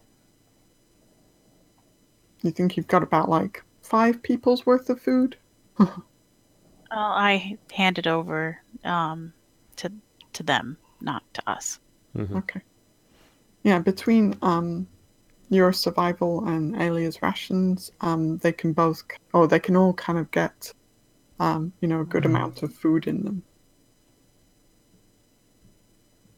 And yeah, once they've eaten, Aelia, they take your calming words, and most of them kind of just slip right to sleep, clearly just exhausted. Meanwhile, Kellisto, still in the shape of a spider, just crawls up to them very slowly. She's actually trying to be very sweet and just like be very calm about approaching them, but Okay, so at this point, it's Ulfgar and up to 9 others. So obviously there are 6 of them. So then he could also take another 3 people into the hut. Who will volunteer to stay in, and who will volunteer to stay out? I'll stay out. I'll stay out. Okay. Artis and Dragonbait would agree to kind of stay out and keep watch as well. Then with that, we would allow Valia, Flippy, and of course Tobias. Oh, hey, stop. Because yeah, Arokh doesn't fit. So then that's pretty much the people that are outside are going to have to set up their own watches if they so desire. Otherwise, I'm thinking we let these people rest, see if we can still keep getting them more food. Don't know what's going on with the area, but if you guys wanted to make like a hunting party, I realize you kind of scrounged the area for what you could, but I think we've got a lot more people to feed at this point, and if a group of us stays together, it might be better, especially since there's ghouls out there. I should stay here if anything happens. Well, we'll all be protected, and at least until you all get back, so anybody outside the dome should stick together. Well, we can go hunting again if they want to come with me. Otherwise, we could split up into two. Like, somebody can come with me to hunt while everyone else guards. This is why I'm thinking it's best if we all stick together that are outside the dome. Okay. If only because we know there's a lot of undead in the immediate area. I'm a bit injured. You're a bit injured? Yeah, I'm a bit injured. Let me see. I'll get you a heal or two. Second here. Let me go to the right page. Or you can burn your Actually, hit dice. why don't you take a short rest? Yeah. And Yeah, I'll sing you a song as well. I'll pull out the bone flute. The bagpipes. No, the bone flute. Bagpipes are for something else. I'll pull out the bone flute, and we'll do the Song of Rest, which will allow everybody to get, during the short rest, an extra d6 hit points if they're recovering any, using their hit die to do so, and I'm going to do so. So I need what? 1d8 plus my con modifier. D8. All right, Kellisto, I'm with you. Let's go out hunting together. All right. So I guess the rest of you come with us. Let's go hunting. And by the way, for those that took advantage of the Song of Rest, you get a full 6 extra HP. Max heals. Nice. Which is good, because that puts me at full now. Yeah, Arokh is on full as well. I only used 1 hit die. Okay, so with your Aelia and Kellisto, you head out into the jungle. Is anyone else going with them for this hunting expedition? Or Well, I think the NPs, artists and Dragonbait should have come in Arokh. We could leave Arokh behind and then just the rest of us go. Yeah, Arokh can be left behind to guard the hut. okay, so wait, hang on, let me think. So Arokh's staying. Is Tobias staying as well? Yeah, He's Okay. in the hut, isn't he? Ah, okay. So he has access inside of the hut. So then the hunting party is 4 people, right? Kellisto, Aelia, Dragonbait, and Artis? Yes. Okay. So you set out, and you do you are able to collect enough food source or foodstuffs to feed all of the party for another day. But on your way out there, you do encounter make perception check. Let's see. Kellisto and Aelia. Okay, so you notice some unusually large bats in a tree. There seem to be like a whole clump of them. I hear they taste like chicken. Do you have an interest in hunting them? Or... I might. Do they appear? Oh, sorry, I missed the last word again. Do they appear living? Yes, they do appear living.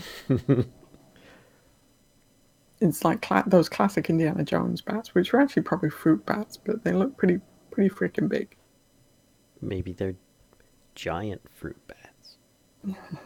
Maybe they're actually terrafolk really far away. So Aelia indicates to Kellisto that could make quite a lot of jerky for the road ahead and this crew that we've got back. Well, let's go see what we can get out of them then. Okay. Attack!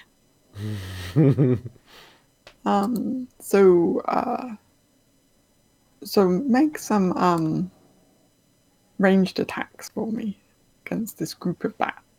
Well, I assume you're doing ranged attacks, or however you would like to do your attacks. How far away are they? They're probably about 20 feet from you, but they're way up, kind of in the tree at the moment. So probably about 20, 30 feet from the ground. I'm going to try and burninate one of them with guiding... Oh, Sacred Flame, sorry. Barbecue bats. Oh, yeah. They get a dexterity save, is that right? Yeah, that's right. Oh, they fail.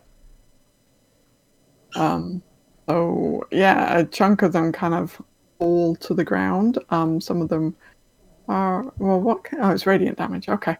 Some of them are a little crispy with radiant damage. The only range I have is my Thorn Whip, so I'm gonna try that.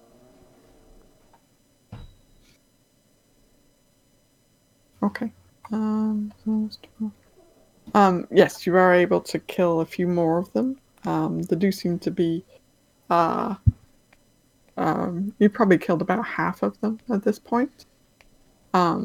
And once they kind of realize that you're picking them off, they actually get quite aggressive and they attack you back. How dare! How dare! So they're going to swarm in and bite you.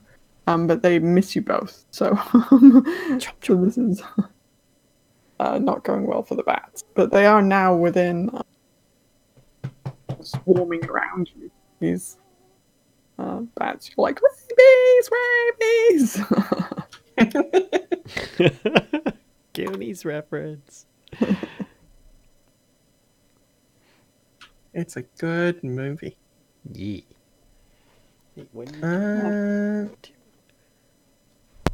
I think I will just stick to trying to burninate them. Okay. So let me do that again. Okay, they're gonna do another dex save, maybe? Ooh. Yeah, that definitely. Mm-hmm. Did they take half damage, or...? No, it misses. Okay.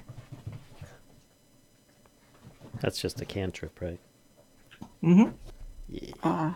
How about you, Kellisto? I think I'm going to. This may be overkill. I'm going to call lightning.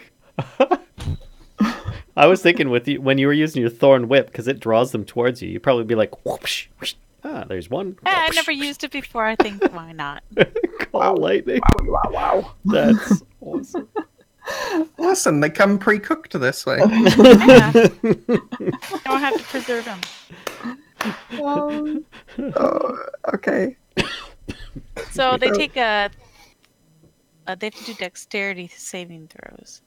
It does say each creature within 5 feet of that point. So they're swarming around you at the moment. So where are you going to center this? Like, you basically kind of pick a point and it does, kind of a... Yeah, so AoE. that Aelia and I are just right outside the range. So it might get Okay, cool. Alright, so I'm gonna try and make a dex save to dodge this, and they fail. So these poor bats. So do you want to roll your damage? This is gonna be... Meanwhile, Ulfgar is like talking to the people. Oh, it's one of those flash storms we've seen before. Right. Yeah. Wahoo. thunder and lightning from not too far from you. It seems very localized. Yeah, I mean, there's just sudden like forks of lightning that just strike like within seconds of each other, and arc out and hit the remaining bats, and those bats also fall to the jungle floor dead. Was it storming before? No, it wasn't. I had to create the storm. Okay. So I turned to Aelia and said, "There we go. That should last us a while." I must share a celebration of my people with you for such good work. And she holds out a hand, palm facing Kellisto. And I kind of look at it. I'm kind of confused. So I just kind of do the exact same thing. And then Aelia quickly goes, slap against her palm. Jesus. That is called a high five. I kind of look at you. I'm like, that's cool. A little weird, but cool. Strange flex, but okay. All right. So do you want to continue on? Now you've got this bounty of dead bats. We have quite enough. Well, you've got artists Yeah. and Dragonbait to just carry all this stuff for you so far. Plus, I can carry a whole heck of a lot. Brace of bats. So we'd probably have a couple of days worth of food now. Mm-hmm. Yeah, I think we're good for a couple days. But who knows how many days we're going to have to actually, take care of these. Yeah. Babysit. We can always head out tomorrow. I think we all should get a rest after dealing with those. Yeah, I think Large we should head back. Okay. So you head back towards the camp, and Ulfgar they've been gone for some time, probably a good hour or so. And what are you guys up to at camp, Ulfgar and Valia and Tobias? Try and set up a small campfire if possible so that it's ready for their return, so that we can cook them some more food or even make a soup out of it or something. I don't know. Depending on Just how like much cleaning Flippy off from the webs. Yeah. I guess he'd help clean people up with prestidigitation as well. Mend what things he could. Okay. And just let them rest. He wouldn't pressure them for any information or anything like that at this point, because they're probably all just like passed out. Mm-hmm. Yeah, they are all sleeping very solidly. So yeah, when you Tobias, is there anything that you would like to do while they're out hunting in Arokh? We're going to keep guard for the time being. Okay. So you don't see any sign of the ghouls returning yet. The first thing that you see kind of emerge from the jungle overgrowth is the party of the 4 hunters. Aelia and Kellisto seem to be in good spirits, and Dragonbait and Artus seem to be carrying a whole heap of dead bats. They've got them kind of strung together.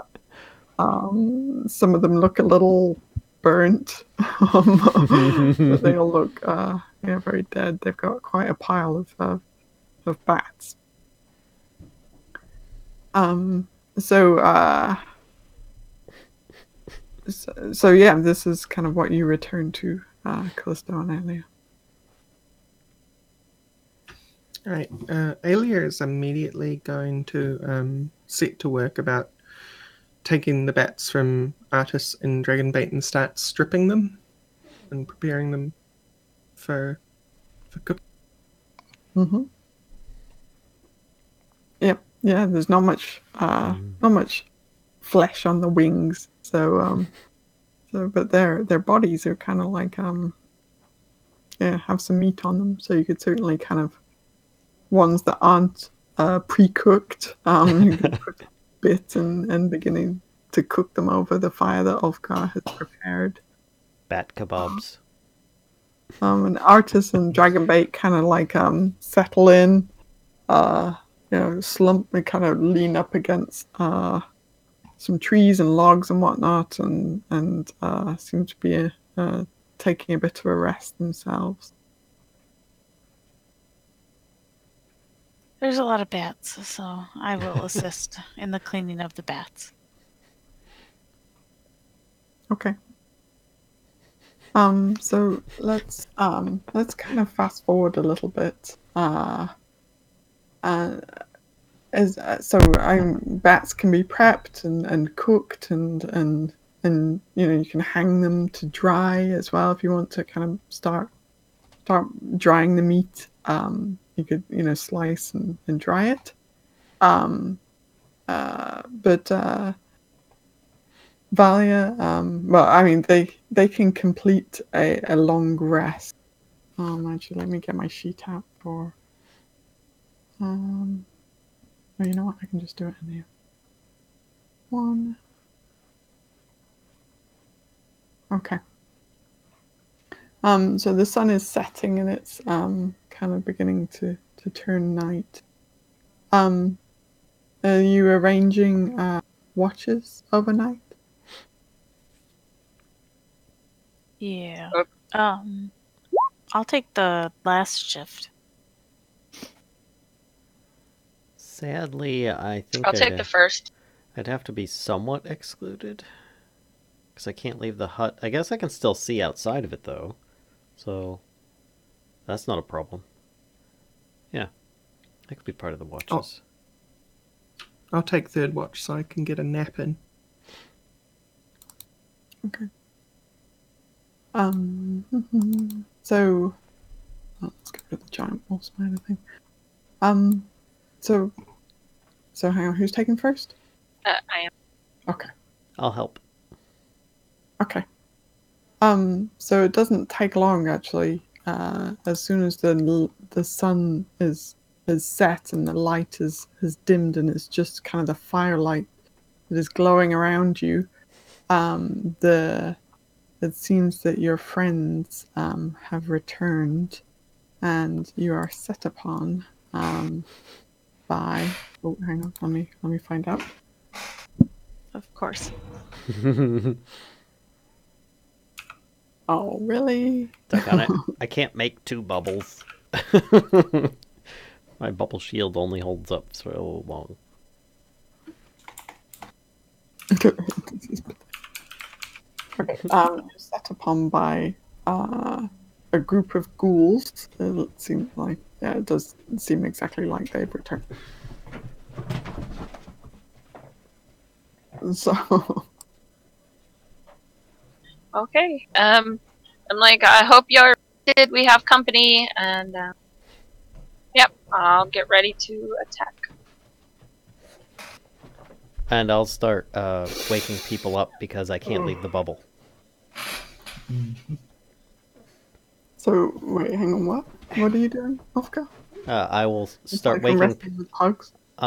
Yeah, sorry, the disconnected cables. Well, I was fussing with it. I'll start waking people up because I know that I can't leave the bubble. Okay. All right. So you're waking up the crew. No, I'm waking up our people. Oh, okay. And then I'm watching the crew to see if they start waking up. I'll start trying to let them know, you're safe in here. Just don't leave this area. If they wake up. If they don't, then I'll just keep it quiet. Okay. So who's all? Well, actually, let me see if I have a little battle map that I can pull together here really quick. Who is all planning on attacking these ghouls? Well, I'm outside so I will be attacking.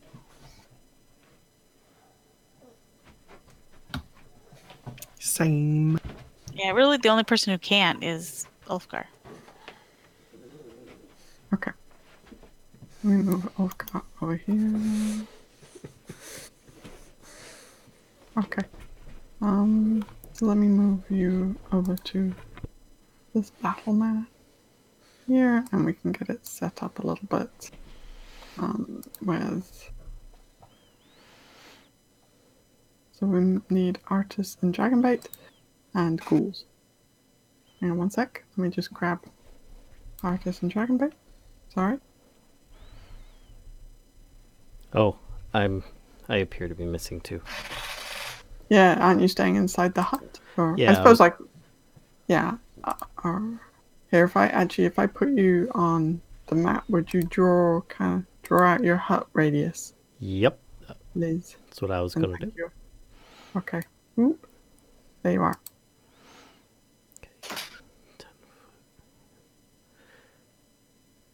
Okay. Yeah, if you can draw that out, then Mm-hmm. you would probably be in a slightly more open area. Then I think. get rid of those, and then we just need ghouls. Ghouls.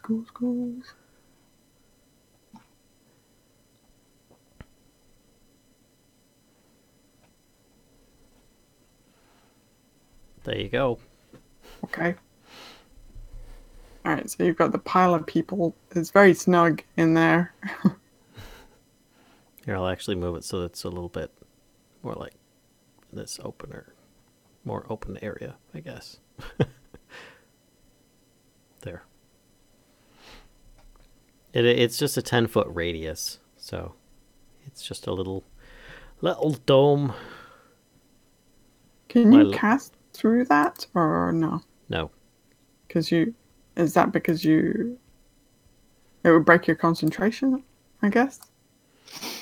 Let me look up I can't attack through it and stuff. I can cast in it, but I can't cast through it or attack through it or be attacked or cast through it. Okay.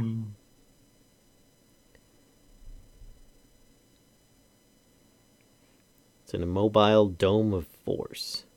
Okay, so you see half a dozen zombies coming at you. Alright, so I guess we're going to roll initiative again. Yay. And see what happens here.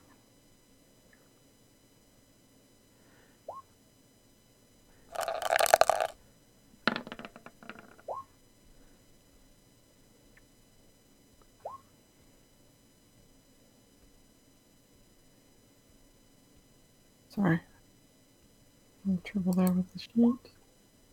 There's the ghoul. Dragonbait. And art. Yeah, spells and other magical effects can't extend through the dome or be cast through it. Okay. Alright, I'm gonna leave them in there. Okay. And how long does it last? 8 hours. Okay. So If it would have run out, I would have renewed it, so. yeah, no, you've probably only had like 2 or 3 so far. Okay. Okay, let's do this landing. Okay, so everybody, I think Arokh is the only one who has a slightly lower passive perception. So everybody except Arokh actually sees the ghouls coming. And the ghouls do kind of actually, these guys were kind of like hanging out a bit closer. Sorry, need to get them situated. Are you all happy with where you're positioned? Yes. Mm-hmm. Yeah, I moved myself. Okay. Good stuff. Okay, doke. Then ghouls, come on in. So they are going to just move right in to attack. Hooray!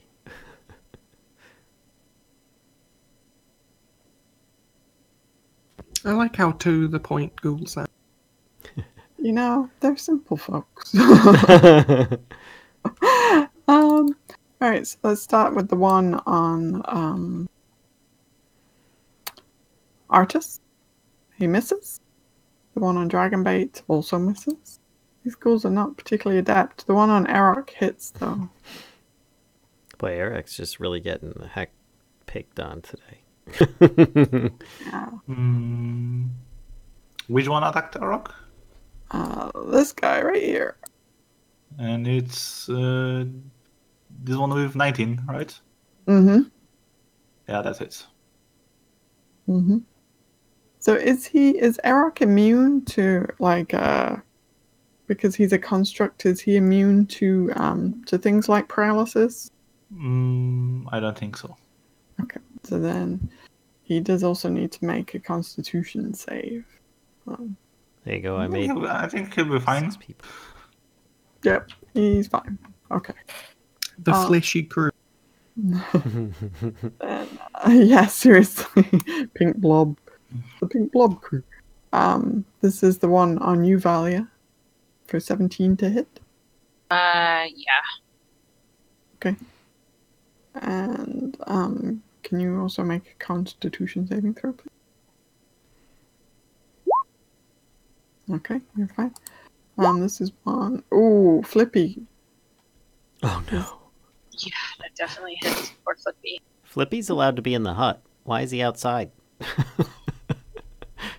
Get that bird Because inside. I didn't move him whenever Get we the were bird moving token. inside. He's down. No, Flippy. Yeah, He got hit with 10 points. la la la la. Yes, he did. And can you do a con He's saving down to throw? Oh, he's down? He's down to 9 points right now. Oh, okay. Can you do a con saving throw for him? I think he gets... Oh, yeah, there you go. Very good. And then this last one attacking Kellisto. Kellisto, does 13 hit you? Yes, I'm 13. Oh, okay. So, and you also need to make a con saving throw. Oh, okay. Everybody. Okay, so that's the ghouls. Dragonbait. He's gonna try and kill a ghoul. Sure. Takes out two-handed longsword and hits them and just slices this ghoul. Slashy. Just carves that ghoul into 2 and ghoul hits he dies very quickly. He is Redies. Valia. I guess I will go into rage and I will hit this one. I will hit these 2. So I'll hit this top one. Okay. Let me check. I think that hits. Yes, it does. I'm hitting him with the javelin, by the way. Okay. And then- Okay.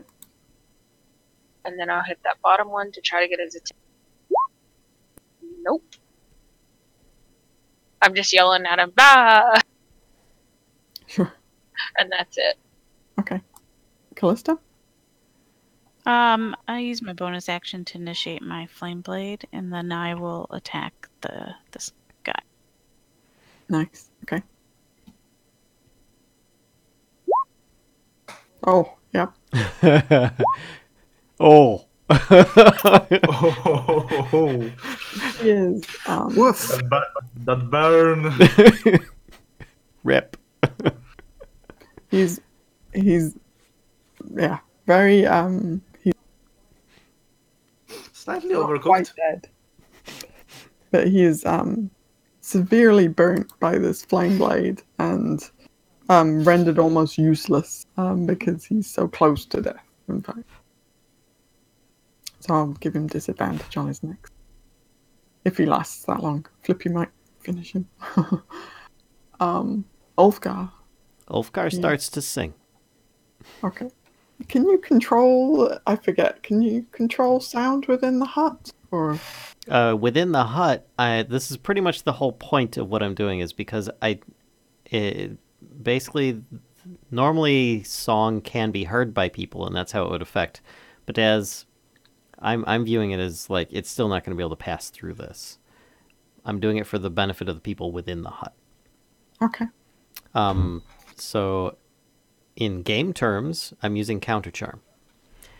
In game, he's singing a dwarven military inspiration song, basically, and what it does is it prevents them from becoming charmed or frightened. Okay. Ooh. I want to see. Sorry, one sec. I'm being nosy at your sheet, Liam and stuff. Basically, there you go, if you need it. Oh, is that the hut or the counter? That's the counter charm. Okay, thanks. You want the hut too? Yeah, please, if you've got it. Sure. Handy. Yup. Thanks.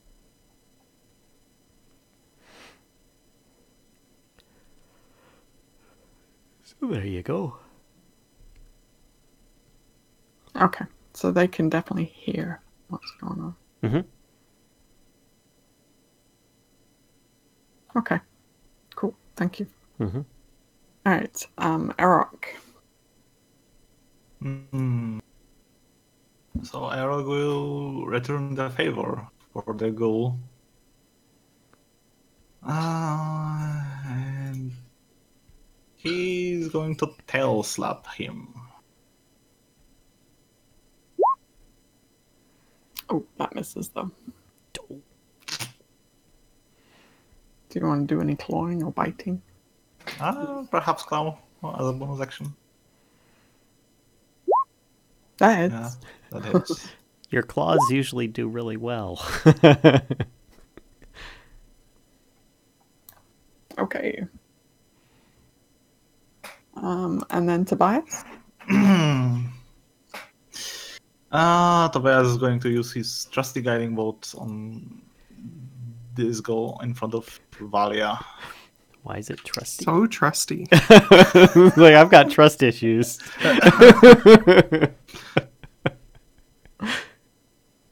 It is really close.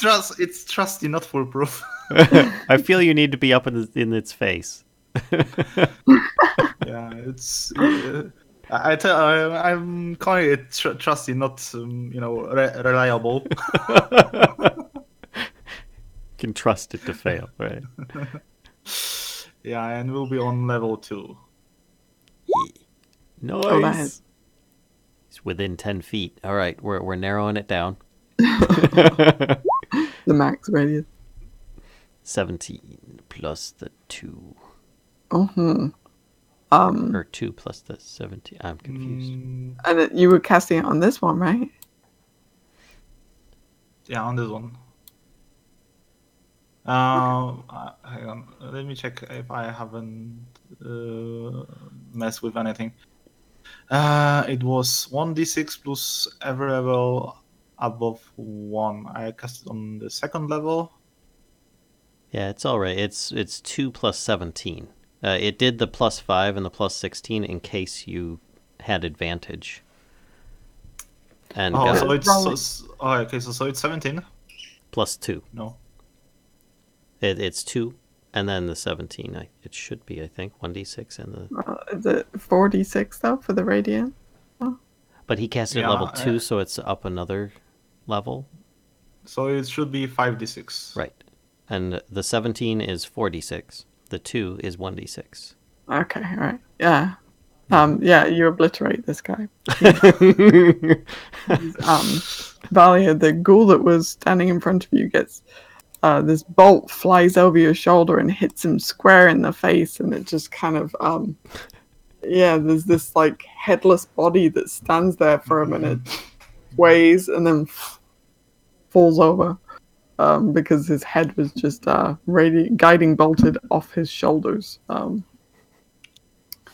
Yeah, okay. Any bonus actions you would like to do? Can I move and attack as bonus action? Yes, because I think you'd need to use like your secondary attack, right? The one where you don't get the bonus. of your. But yes, you could. You've got all your movement, so you can move wherever you want.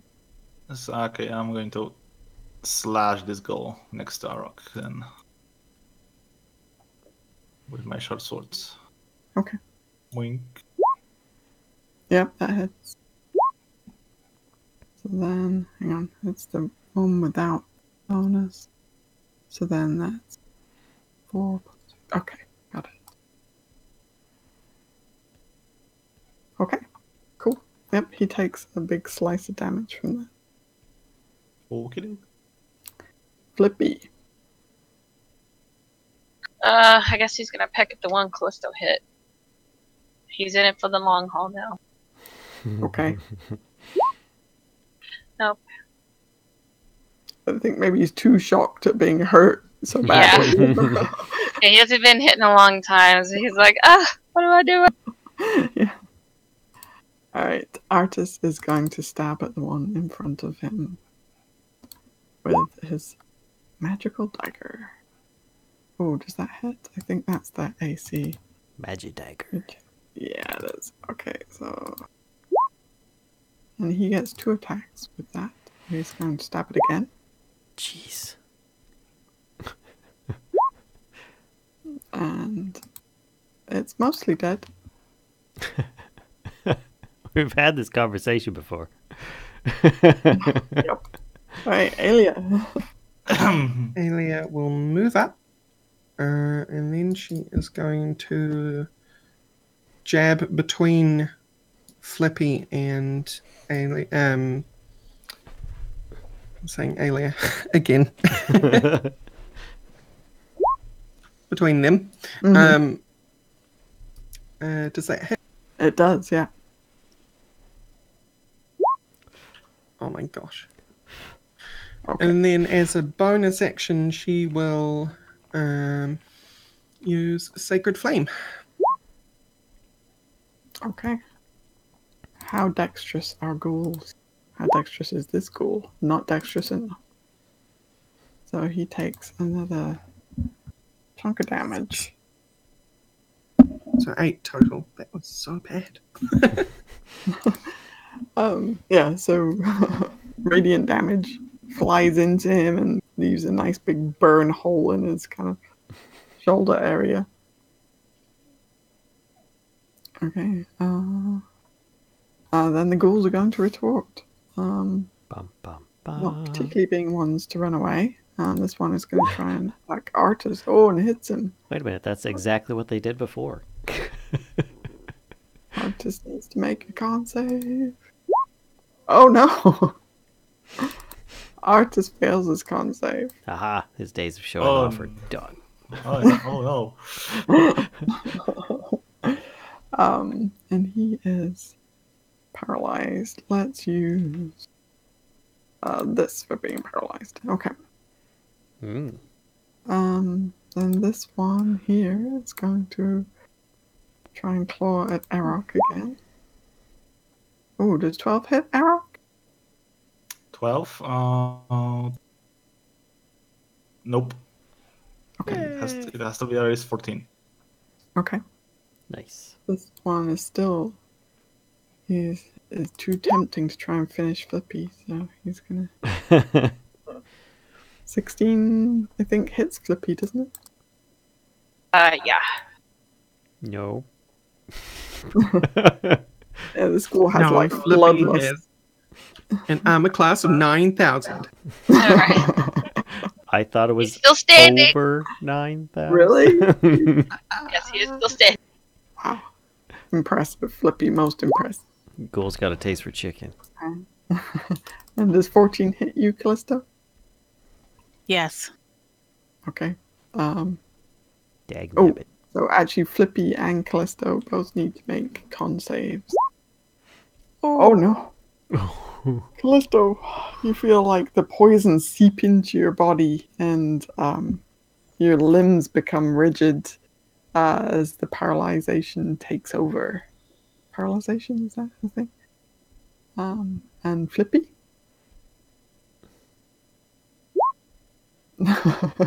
Flippy's like, I don't know what your problem is. can make these con saves all day.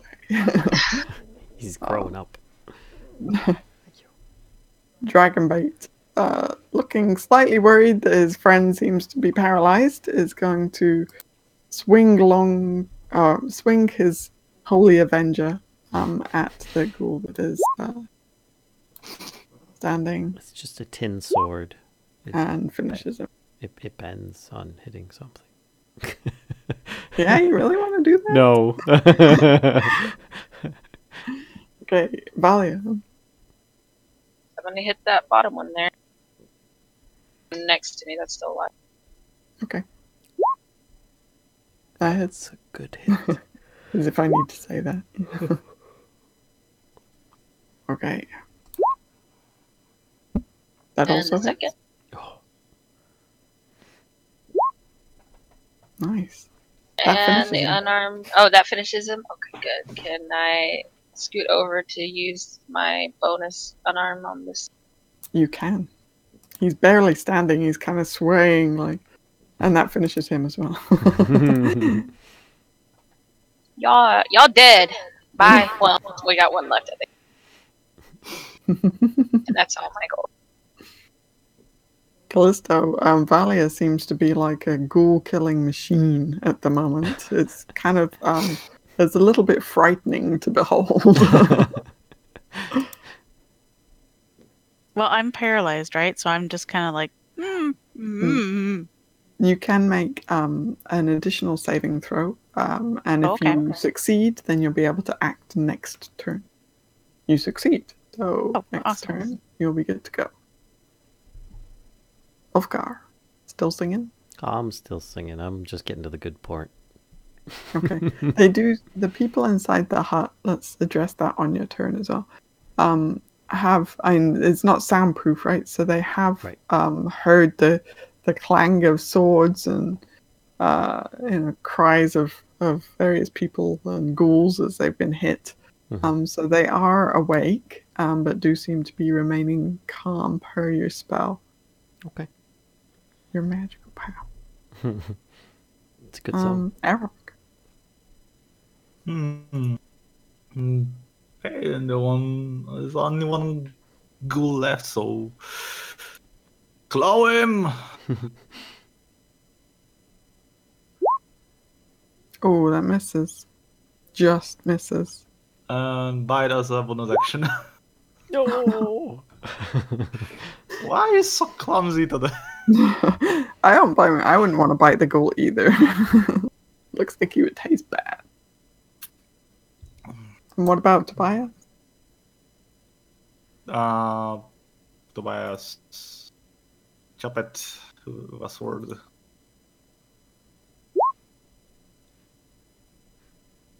Okay. I'm sorry. It's fine. Flippy?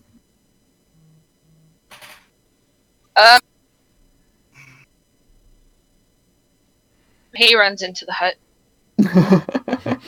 You see this, Ulfgar, you see a slightly, somewhat injured Flippy racing towards you.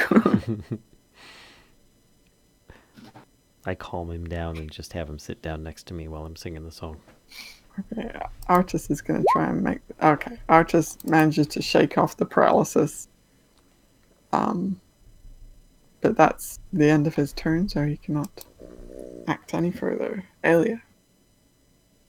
I'm going to do the same as last time and hope for better roll.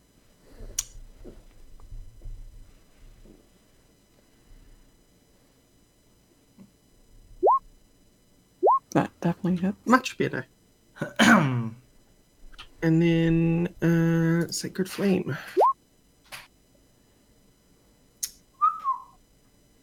Yeah, with the spear, he it looks like you took almost the rest of his life away from him. And then he fails and you really finish him. Whoosh. Whoosh. So another ghoul, another undead turned to ash before your eyes.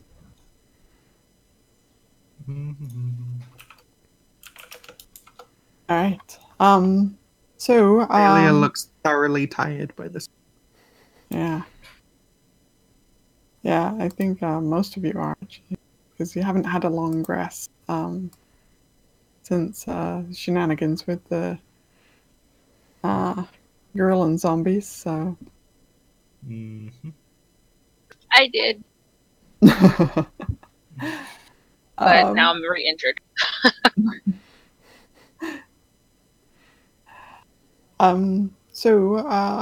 let's move these. Hey. You're going to continue with watches throughout the night? Yep. Pretty much. Leaving the ghouls' bodies where they lay? Those of them that won't turn to ash? Mm. Ghouls Aelia for will breakfast. go about burning them. Burninating. Okay. But after that, she is definitely going to try and get some rest up against a tree. Okay. So the rest of the night passes without any further interruptions, and you are all able to get a long rest in. And in the morning, the crew does kind of stir with you. And yeah, Ulfgar, are you going to kind of keep recast the hut, or? I think we'll be okay come morning. We'll see how we do. If we don't need it, then that's going to make it easier. They probably want to, I mean, they already would have been told that they can pass through the hut. You know, obviously, if they need to go to the bathroom or something like that, they want to come back. But I don't think we need to have it up if they're feeling better in the morning and stuff. So, I want to describe kind of the crew who you see before you. So, you see the person who appears to be the captain. Oh, excuse me. Is she's human, and she's quite well dressed. She doesn't look particularly strong in nature. Her other crew is actually the rest of them all men. And she has kind of Master of Arms who is doesn't look particularly muscly, but looks somewhat capable. And then she has, that's the Navigator. Then she has Master at Arms who is like a bit more kind of well built kind of guy. And then she has these three other men with her who are more regular looking, kind of, almost look like somebody you would see, just a normal person on the street in Port Nyanzaru. Nothing, they don't look like they're adventurers or heroes or anything like that.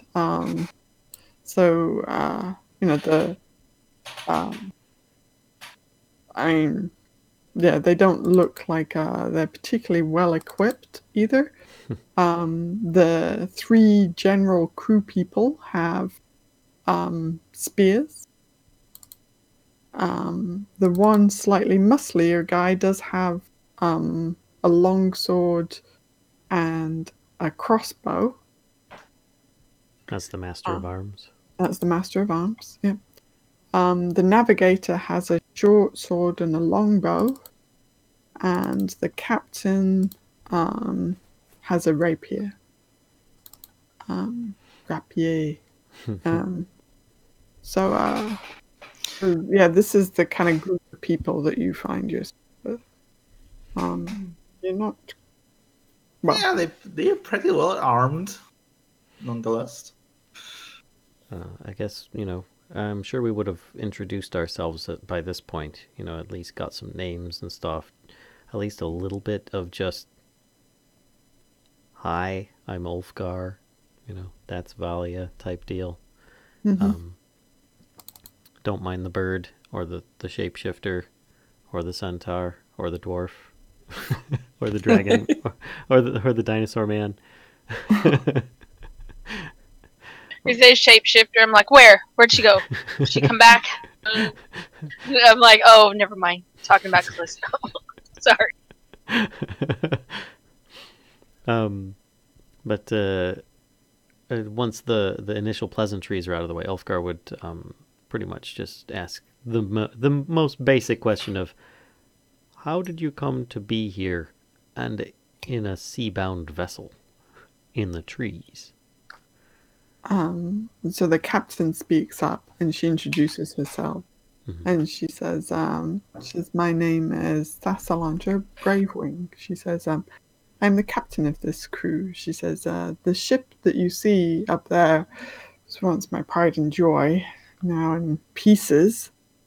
She says, that's the star goddess, or what's left of her. She says, she's an airship, skyship. Some people call them skyships. She says, the tattered fabric you see isn't from a sail, but from a gas bag. She said, that's how we flew with our ship. That ship has never seen the water. And looking at it now, you can absolutely tell this. It doesn't actually even look like it would hold, or that it's airtight. Mm-hmm. Looks like if it landed in water, it might be a bit buoyant, but certainly like the lower decks would, it doesn't have that kind of like same finish as a seagoing vessel. Definitely doesn't have any kind of the signs of seagoing that normal ships have. There's no kind of barnacles or water wear or anything. So it's clearly never seen or been close to water. But she goes on to explain that they were using the airship to explore. They were trying to map it actually from the air, but were not exactly aware that terrafolk existed. So they were attacked by a flock of terrafolk, and the terrafolk slashed the gas bag, which caused their ship to plummet into the jungle canopy. I see. Oh dear. And she explains they've been there for some time. She says their rations ran out a good while ago.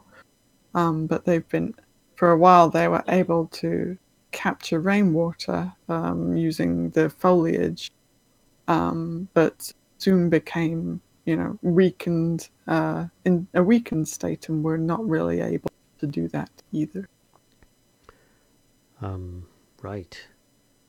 So, is this everyone that's of your crew then? He says, yes, we did all manage to cling to the ship as it fell to the trees, and the terrafolk did not follow. They seemed satisfied that they destroyed the ship, so moved on without doing any further harm. But they did quite soon see that there were undead below, so were hesitant to try and climb down and fight their way out of that. They say, we're, a fairly humble ship's crew, Thessalandra says. My crew is not capable of fighting in the way that you do. And she looks at you, and it's almost like she has like a note of admiration, but also kind of a note of fear. Like, you're not quite sure what the driving cause of that is, but seems like there's a tiny bit of fear in how powerful. Aelia pipes up a little bit confused and probably a little bit belligerent, but she says, and you came here so underprepared? Thessalandra says, yes, it would seem so. she says, we were not expecting undead. Where did you hail from? She says, we traveled here from Alrua.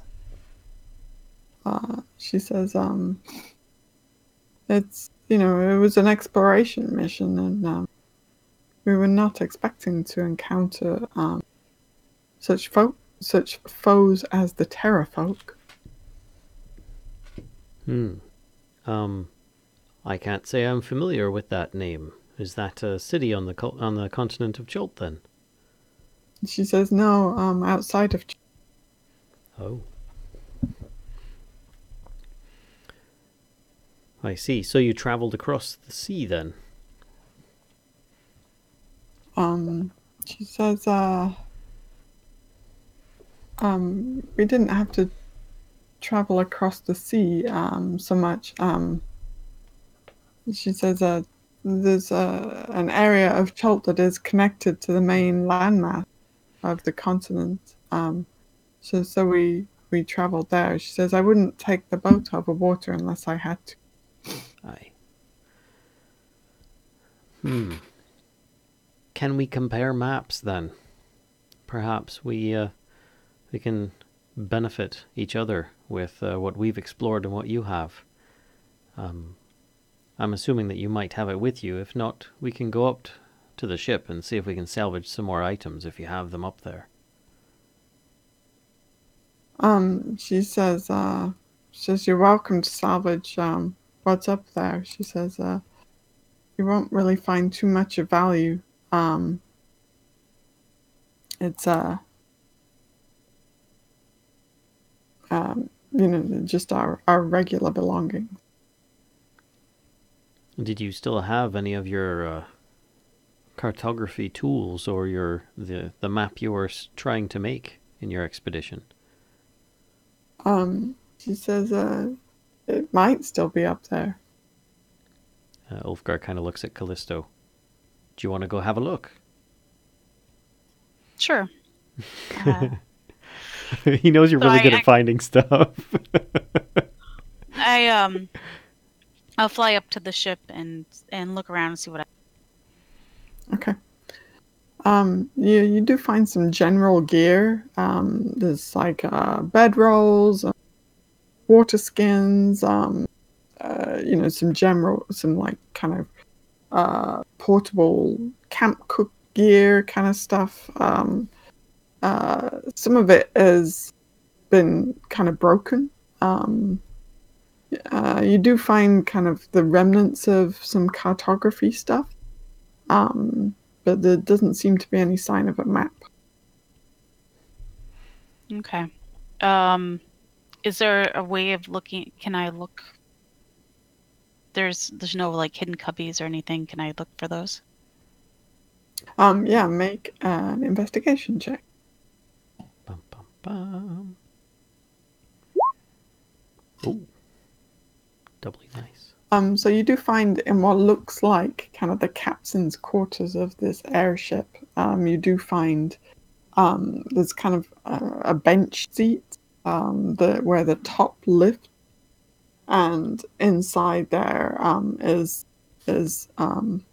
Thalasandra, her belongings, including there's a small pouch of coin,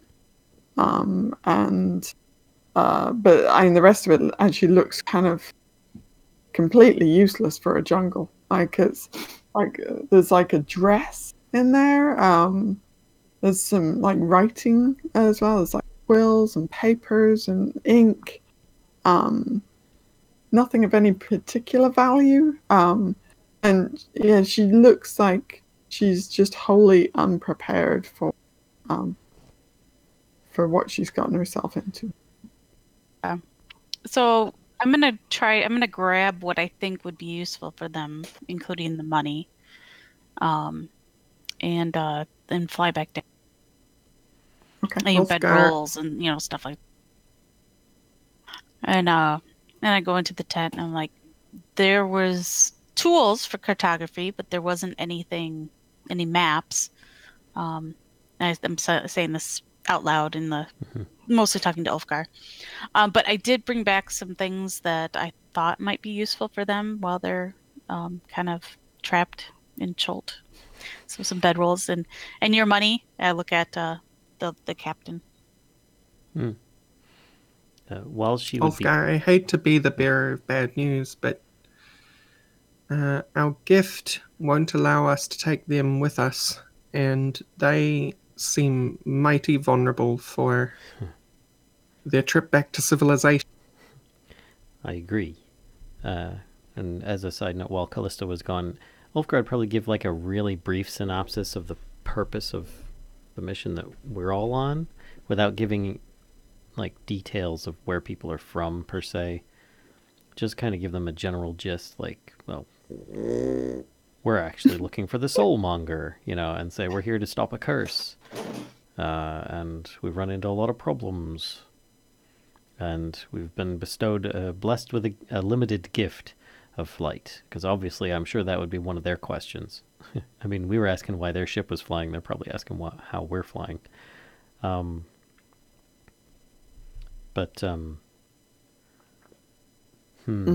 Yeah, Ulfgar, going back to Aelia's comments, Ulfgar would say, well, we're trying to head towards a potential safe ground of a dwarven city, but it also means going deeper into the undead territories, and that doesn't mean that it's going to necessarily be safe there. They may have been overrun. As much as I like to think dwarven fortifications are invulnerable, I'm ready to admit that it's a possibility. He kind of like gets this look on his face. Wounded. Yes. And he says, so with that in mind, that is our current course. Now, if we were to head elsewhere in an effort to try and escort you to safety, it would be a very long journey back. We wouldn't be able to use our powers of flight, but I do feel that you are ill-prepared to be left in your current state. Now, I'm not speaking for the rest of the group, and he's like talking to the rest of his own party at this point with this, but I would recommend at this point that we try to help them as best we can. As you're saying this, I mean, these guys are kind of like getting up and about a bit now, and they've been stretching their legs for a little while, kind of not moving very far from you at all, but just kind of like they've seriously got some like muscle fatigue, and they seem to be kind of trying to get back into movement kind of again. And one of the guys, one of the regular crew members, picked up his spear, and he's kind of like doing like he's stretching with it, and he's kind of moving around with it, and then he looks at like a likely tree, and you see him go to throw it, and he slips and like tumbles to the ground and almost like stabs himself with his spear, and it's clearly just been like like too much for him to handle at the moment. They're up on their feet, but he's not. He's not. Aelia looks crestfallen, like, oh no. I hide my head in Flippy's feathers and kind of giggle to myself, kind of like hoping nobody hears me.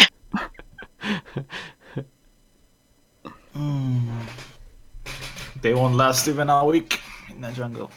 Wait for Aelia to come over and smack me on the arm or something.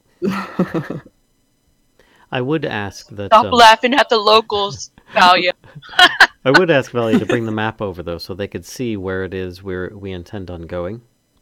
And perhaps they might actually give some gist of at least a direction of where they came from, since we've got like a frame of the area. Mm-hmm. Here, let me move you over to the map, and then we can have a look at that. Oh, what a mess we've made. What a mess indeed. Oh, that's going to take a second to load in. Yeah, sorry. I know, it's all right. It's Roll20, doing the thing, doing all the little... Gotta cover it up. You can kind of see where Chult connects to the main landmass down in the kind of lower right area there. Yeah. And she says this is how we approached, Chult. She says, and flew through valleys, to get to where we are. Mm-hmm. She says, your map is much more, well populated than ours was. So no big loss there, she says. And she just seems really kind of like crestfallen that she's like, yeah. Not only is she, and she feels like she's put her crew in peril, but also that their efforts were really kind of like amateurish, compared to what you guys have. So she just her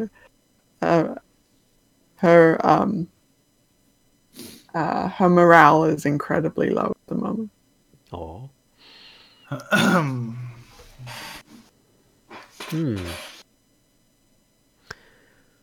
Well,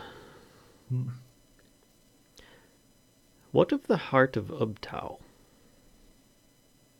It's too far, and it's more likely deeper in the jungle. It will be ticket in just one direction. Right. So... There's no guarantees her teleportation circle would go where it would be safer. Probably the safest bet will be to direct them into the Dwarven fortress. At the very least, we might be able to protect them. We'll have to make the rest of this journey on foot. Well, that just means that if we are able to leave them in the safety of Hrackhammer, we might be able to use our flight elsewhere. To get to Raznasi over the Valley of Lost. The problem is that if we agree to escort them into the Hrackhammer, our flight will be gone. No. We have 3 total days worth of flight. And it's not like to be spent within 3 days of it being bestowed. It's 3 total days. Ulfgar, I hate to make things seem even worse, but this gift came at a price, and every day that we do not use it is another day that person goes without their... I agree, but I like to think wings. She's missing her wings, Ulfgar. Did you not see that? It was just like, wow. I would like to think that she would wait another week to regain her wings. Perhaps you want a bird lady to wait another week for no wings? Perhaps we have a way of sending her a message. I'm so ashamed of you. He just keeps talking over her. Perhaps we could send her a message, though, so that she understands what we're going through and doesn't think that we've just perished. I can make a bunch of crude javelins and they can use them, but we really honestly don't have time to escort them. And they think if they can't come with us, I mean, do you see what we just ran across? I'm pretty sure 4-armed undead gorilla is not the worst thing we're going to run into the further we go. Are you saying you can't handle the things we've been running into, Valia? It took almost all of y'all to take one down, so okay. But I'm just saying, if we run into worse things than those gorillas, they're not going to make it. I mean, this poor guy, no offense to you, buddy, but your javelin skills were not that great. Well, I'm sure if you were left up in a ship for a few weeks without any food or water, you might be in a similar shape. But are you saying that we should just leave them here, then? No, I'm saying I can draw them a crude map, and they can go on foot back to Crucible with a note, and maybe they can help them get to where, to the main. Curse They're not going to make it to Kashcah. Are you guys saying this all in front of them, by the way? Yes. Yeah, yeah. They're Ulfgar's kind of huddling together. Yeah. Like, the six of them are standing together with Thessalandra standing at the front of them. And they're just kind of looking at you in disbelief. Like, Well, Ulfgar's not exactly in just- favor of just leaving them or sending them on their way either. I'm just like, well, I'm like, Showing they were without food and water, and they're a little feebled and a little weak. Their best bet is to not come with us, to be honest. And I'm not telling to leave them here to be T-Rex fodder either. By the way, there's T-Rex roaming. If you see him, tell him we said hi. But they do need to. their eyes get really wide. They do. Aelia interrupts Valia and points to the one in armor and says, what is the fighting state of your men? If you rest up, how well could you do it? He says, We could take down 2 zombies and a skeleton. he says, well, I can hold my own against some, he says, but not like you. He says, the rest of them are not as experienced. Says, look at them, he says, and he turns away from them when he's saying this and says it very lowly. He says, look at them. He says, they're still like a little wet behind the ears, don't you think? Is there any way to repair their balloon and rig them up a little ship? That would take a bit of time for us to be able to even attempt that. I mean, with Thessalandra would Tobias. also offer What's that that? she has no way. Thessalandra would also offer that she has no way to produce the gas that was filling the balloon. Ulfgar waits for Valia. No. Everyone waits.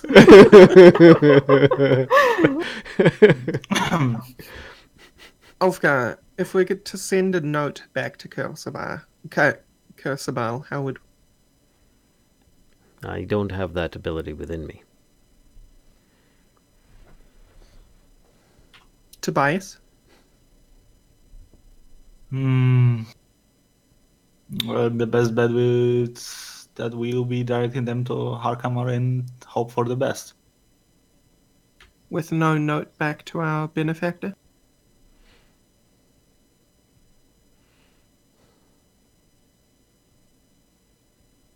I just have no better idea. We cannot drag them with us. No, I think here's where I stand on it. I feel like we should take them to Harkamar. She struggles with the dwarven. Ulfgar goes, Crackhammer. She rolls her eyes. She Potato. But we need to find a way to tell her that we need this time. I don't feel it's fair to let her go this long without her wings. I'm sure... I might have a way of doing it. What was the priestess name again? The one with the crush on you. No, the one with priestess. No princess. Priestess. The Arokh. It's in the quest log. The very same one without the wings, yes. Right. I'm just throwing this out here, but don't we have a dragon that can fly all the time? I've got a better option. I could send a message to Valendra. I think we've had a misunderstanding with her in the past. Perhaps I could mend things up and ask her to send a message on to Kashcah. She seemed more than capable. Yeah, but she always wants something in return. Well, just the same, I think it's worth a try. I think she's been up on that rock too long, too. Just saying. Ulfgar says, let me see if I can get it to work. And By the way, we need to make a decision quick. We've already been attacked by ghouls several times, so we probably should kind of start moving. right. We can walk and talk. I don't know that I can while I'm using this stone, so can you give me at least a minute? He can't walk and talk normally. He pulls out the stone, Aelia laughs. tries using the stone. It rings. Hello? Belinda here.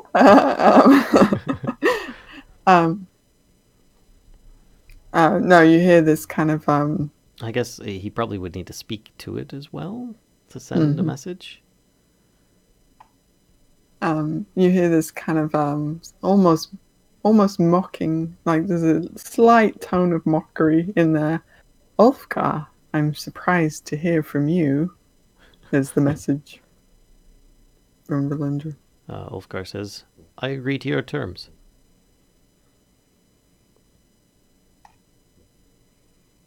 Wait, what? Sorry, out of game. What? Ulfgar, previously she had said, that she wanted the soulmonger for study and not to destroy.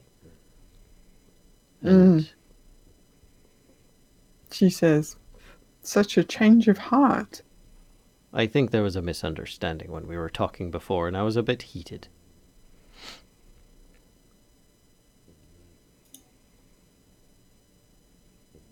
He says, well, I'm thrilled to hear this.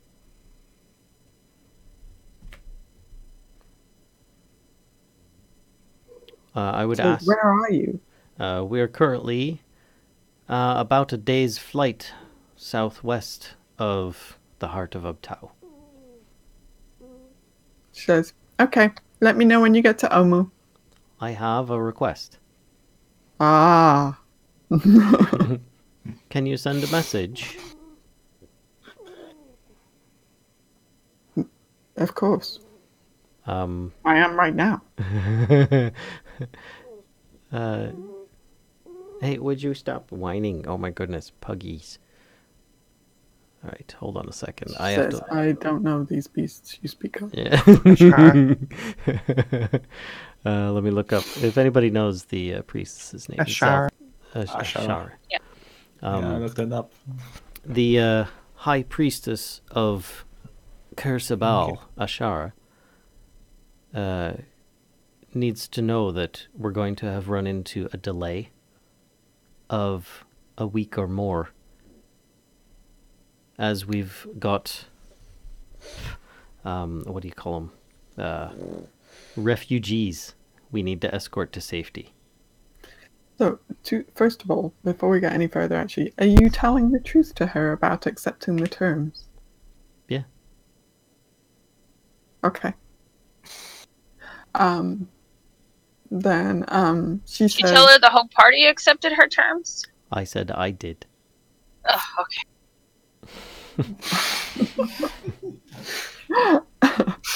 If you want to be specific.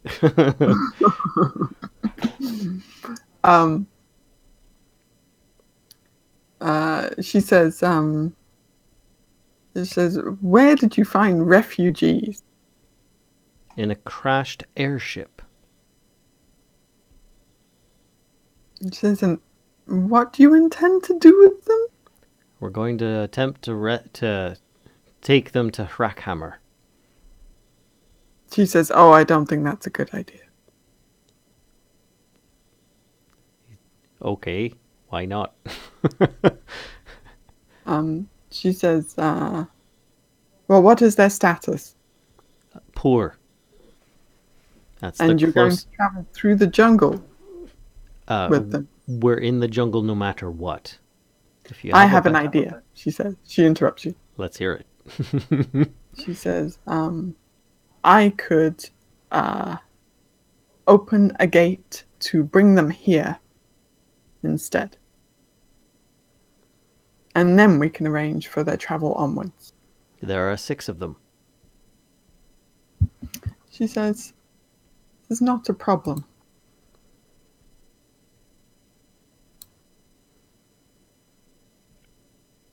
What would you do with them then? Well, as I said, I would arrange for their travel onwards. To... Or at least help them. Okay. To where? Where do they want to go? Ulfgar would actually stop and ask, where is it you'd like to go?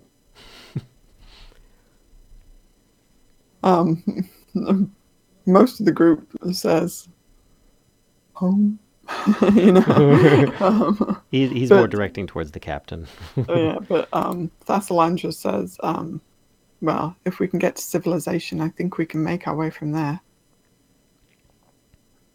The closest place of a decent civilization with further transportation options.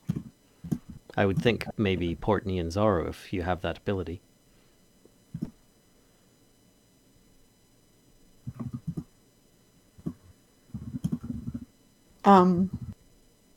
She says, I think we could manage that. She sounds a bit like it's a lot to ask, but... Well, you were offering.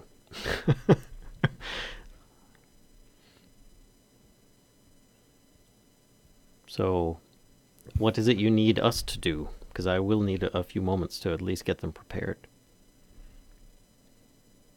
One moment, actually, let me...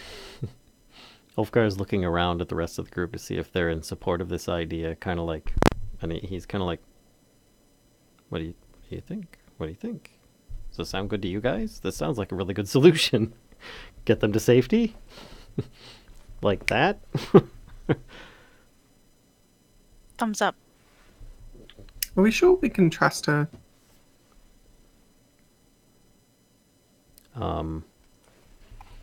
I'd say our trust in her is... Or my trust in her is better than my trust in our ability to get them all in to a safe city in one piece. I think they'll have better chances with her than with the wilds out here, even with us protecting. Aelia canters up to Ulfgar and leans in and says, I didn't like her magic. And Ulfgar says, I understand.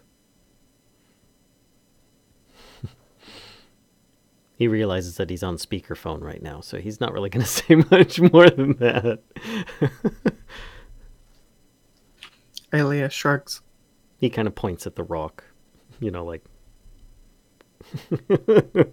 I can see you doing that, Dwarf. No, I'm just kidding. Oh. I'm just like, she needs to make up her mind. We gotta go. I don't want to fight any more ghouls. They don't taste good. So Ulfgar explains to the captain and her crew that, you know, they ran into Valindra and this floating isle along the way. They should be relatively safe there. They haven't known her for very long, but she seemed a reasonable woman. And if they had an interest, she has volunteered to attempt to transport them to safety.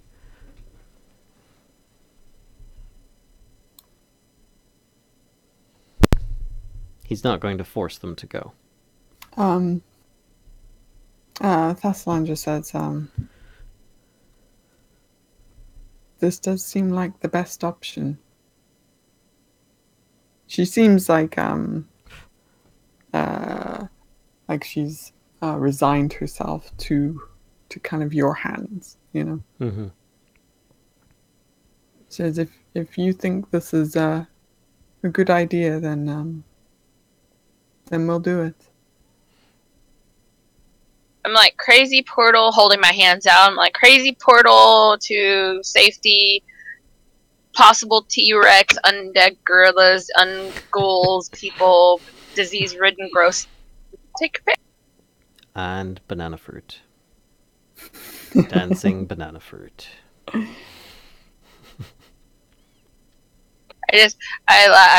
I poke Artemis in the side. It's like monkey fruit, and I point at Ulfgar and just kind of snicker.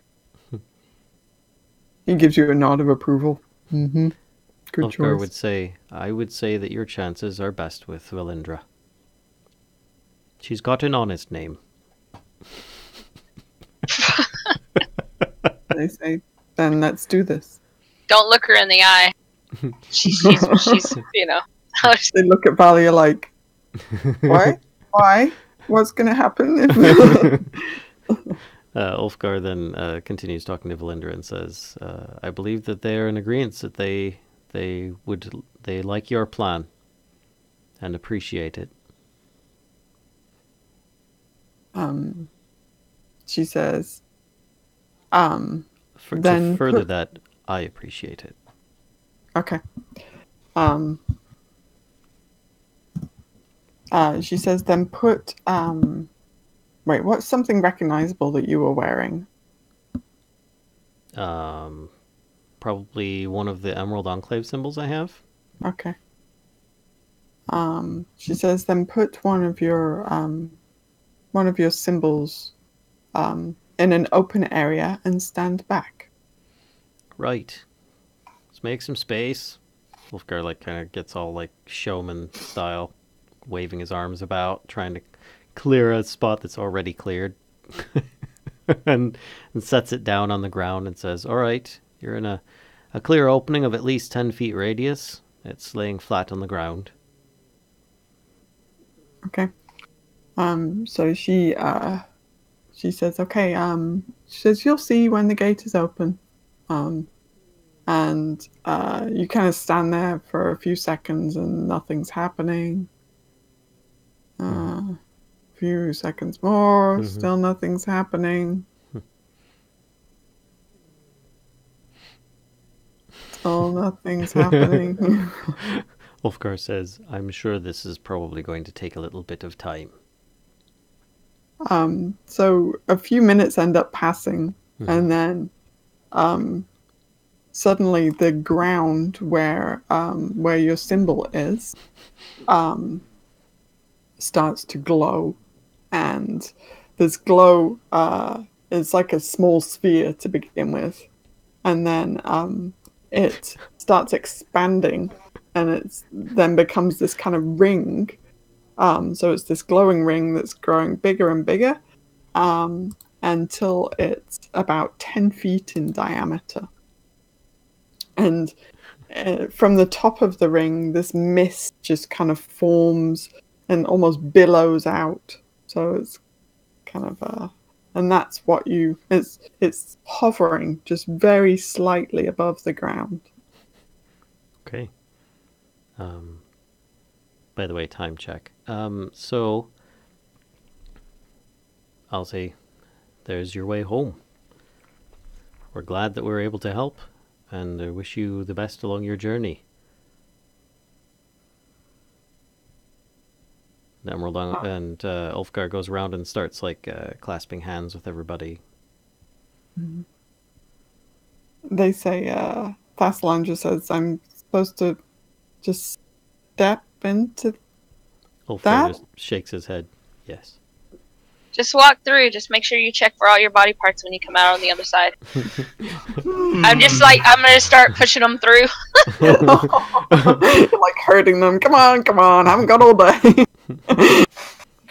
Jesus. They're weak. They can't really resist. Jesus. Yeah, they kind of they're just really confused about the situation. They've agreed to it, so they're not resisting, but at the same time they're really hesitant. Yeah, Ulfgar makes sure to try and pass off food in their gear as they're going as best he can. Yeah, this is some weird magic stuff that's just they've never seen anything like it before. You'll be alright. I mean, you missing a limb or a finger, you're fine. You're fine. Just keep pushing them through. So Thassalandra is the last to leave, and as they're stepping into it, just kind of like the mist just swallows them quite quickly, it just envelops them, and then they're gone. And this just happens to them one by one. First the kind of normal crew step through, and then the Master at Arms kind of gets the navigator through first, and then he looks back at Thassalandra with kind of a very concerned look, and then steps through himself. And Thessalandra looks at you, Ulfgar, one more time, and you can see there's like a strong kind of element of fear in her face. She's very afraid of like what's going to happen next. Ulfgar takes out of his pocket real quick that coin, and the magic coin with heroism on it, and he puts it in her hand and says, "Here, it's a good luck charm. It'll make you a bit stronger and happier when you need it." Okay. She says, she takes it from you and says, "Thank you." She still just looks very afraid. She closes her hand around the coin and steps into the circle, and it envelops her with mist, and the circle closes like that. And they're gone. The circle is gone, and the jungle is momentarily quiet. And that is where we will end it. But Valindra, do you have them on the other side, Valindra? She says, "Yes, Ulfgar, I have them." Do you have to say it that way, really? I have them now. Get into the cage. Yeah. I should have warned him about the cage. All right. Well, thank you, Kashcah, for once again. All right, Pug, get off my lap. You're going crazy. Once again for a good time with dungeon mastering. Get out. I'm being attacked by pugs. I apologize. So I'll just keep it short and say thanks everybody for watching and coming out. Don't be afraid to check out everybody else's channels like Nerevar and Rorax, and we'll see you all next time. So, bye. Bye. Bye.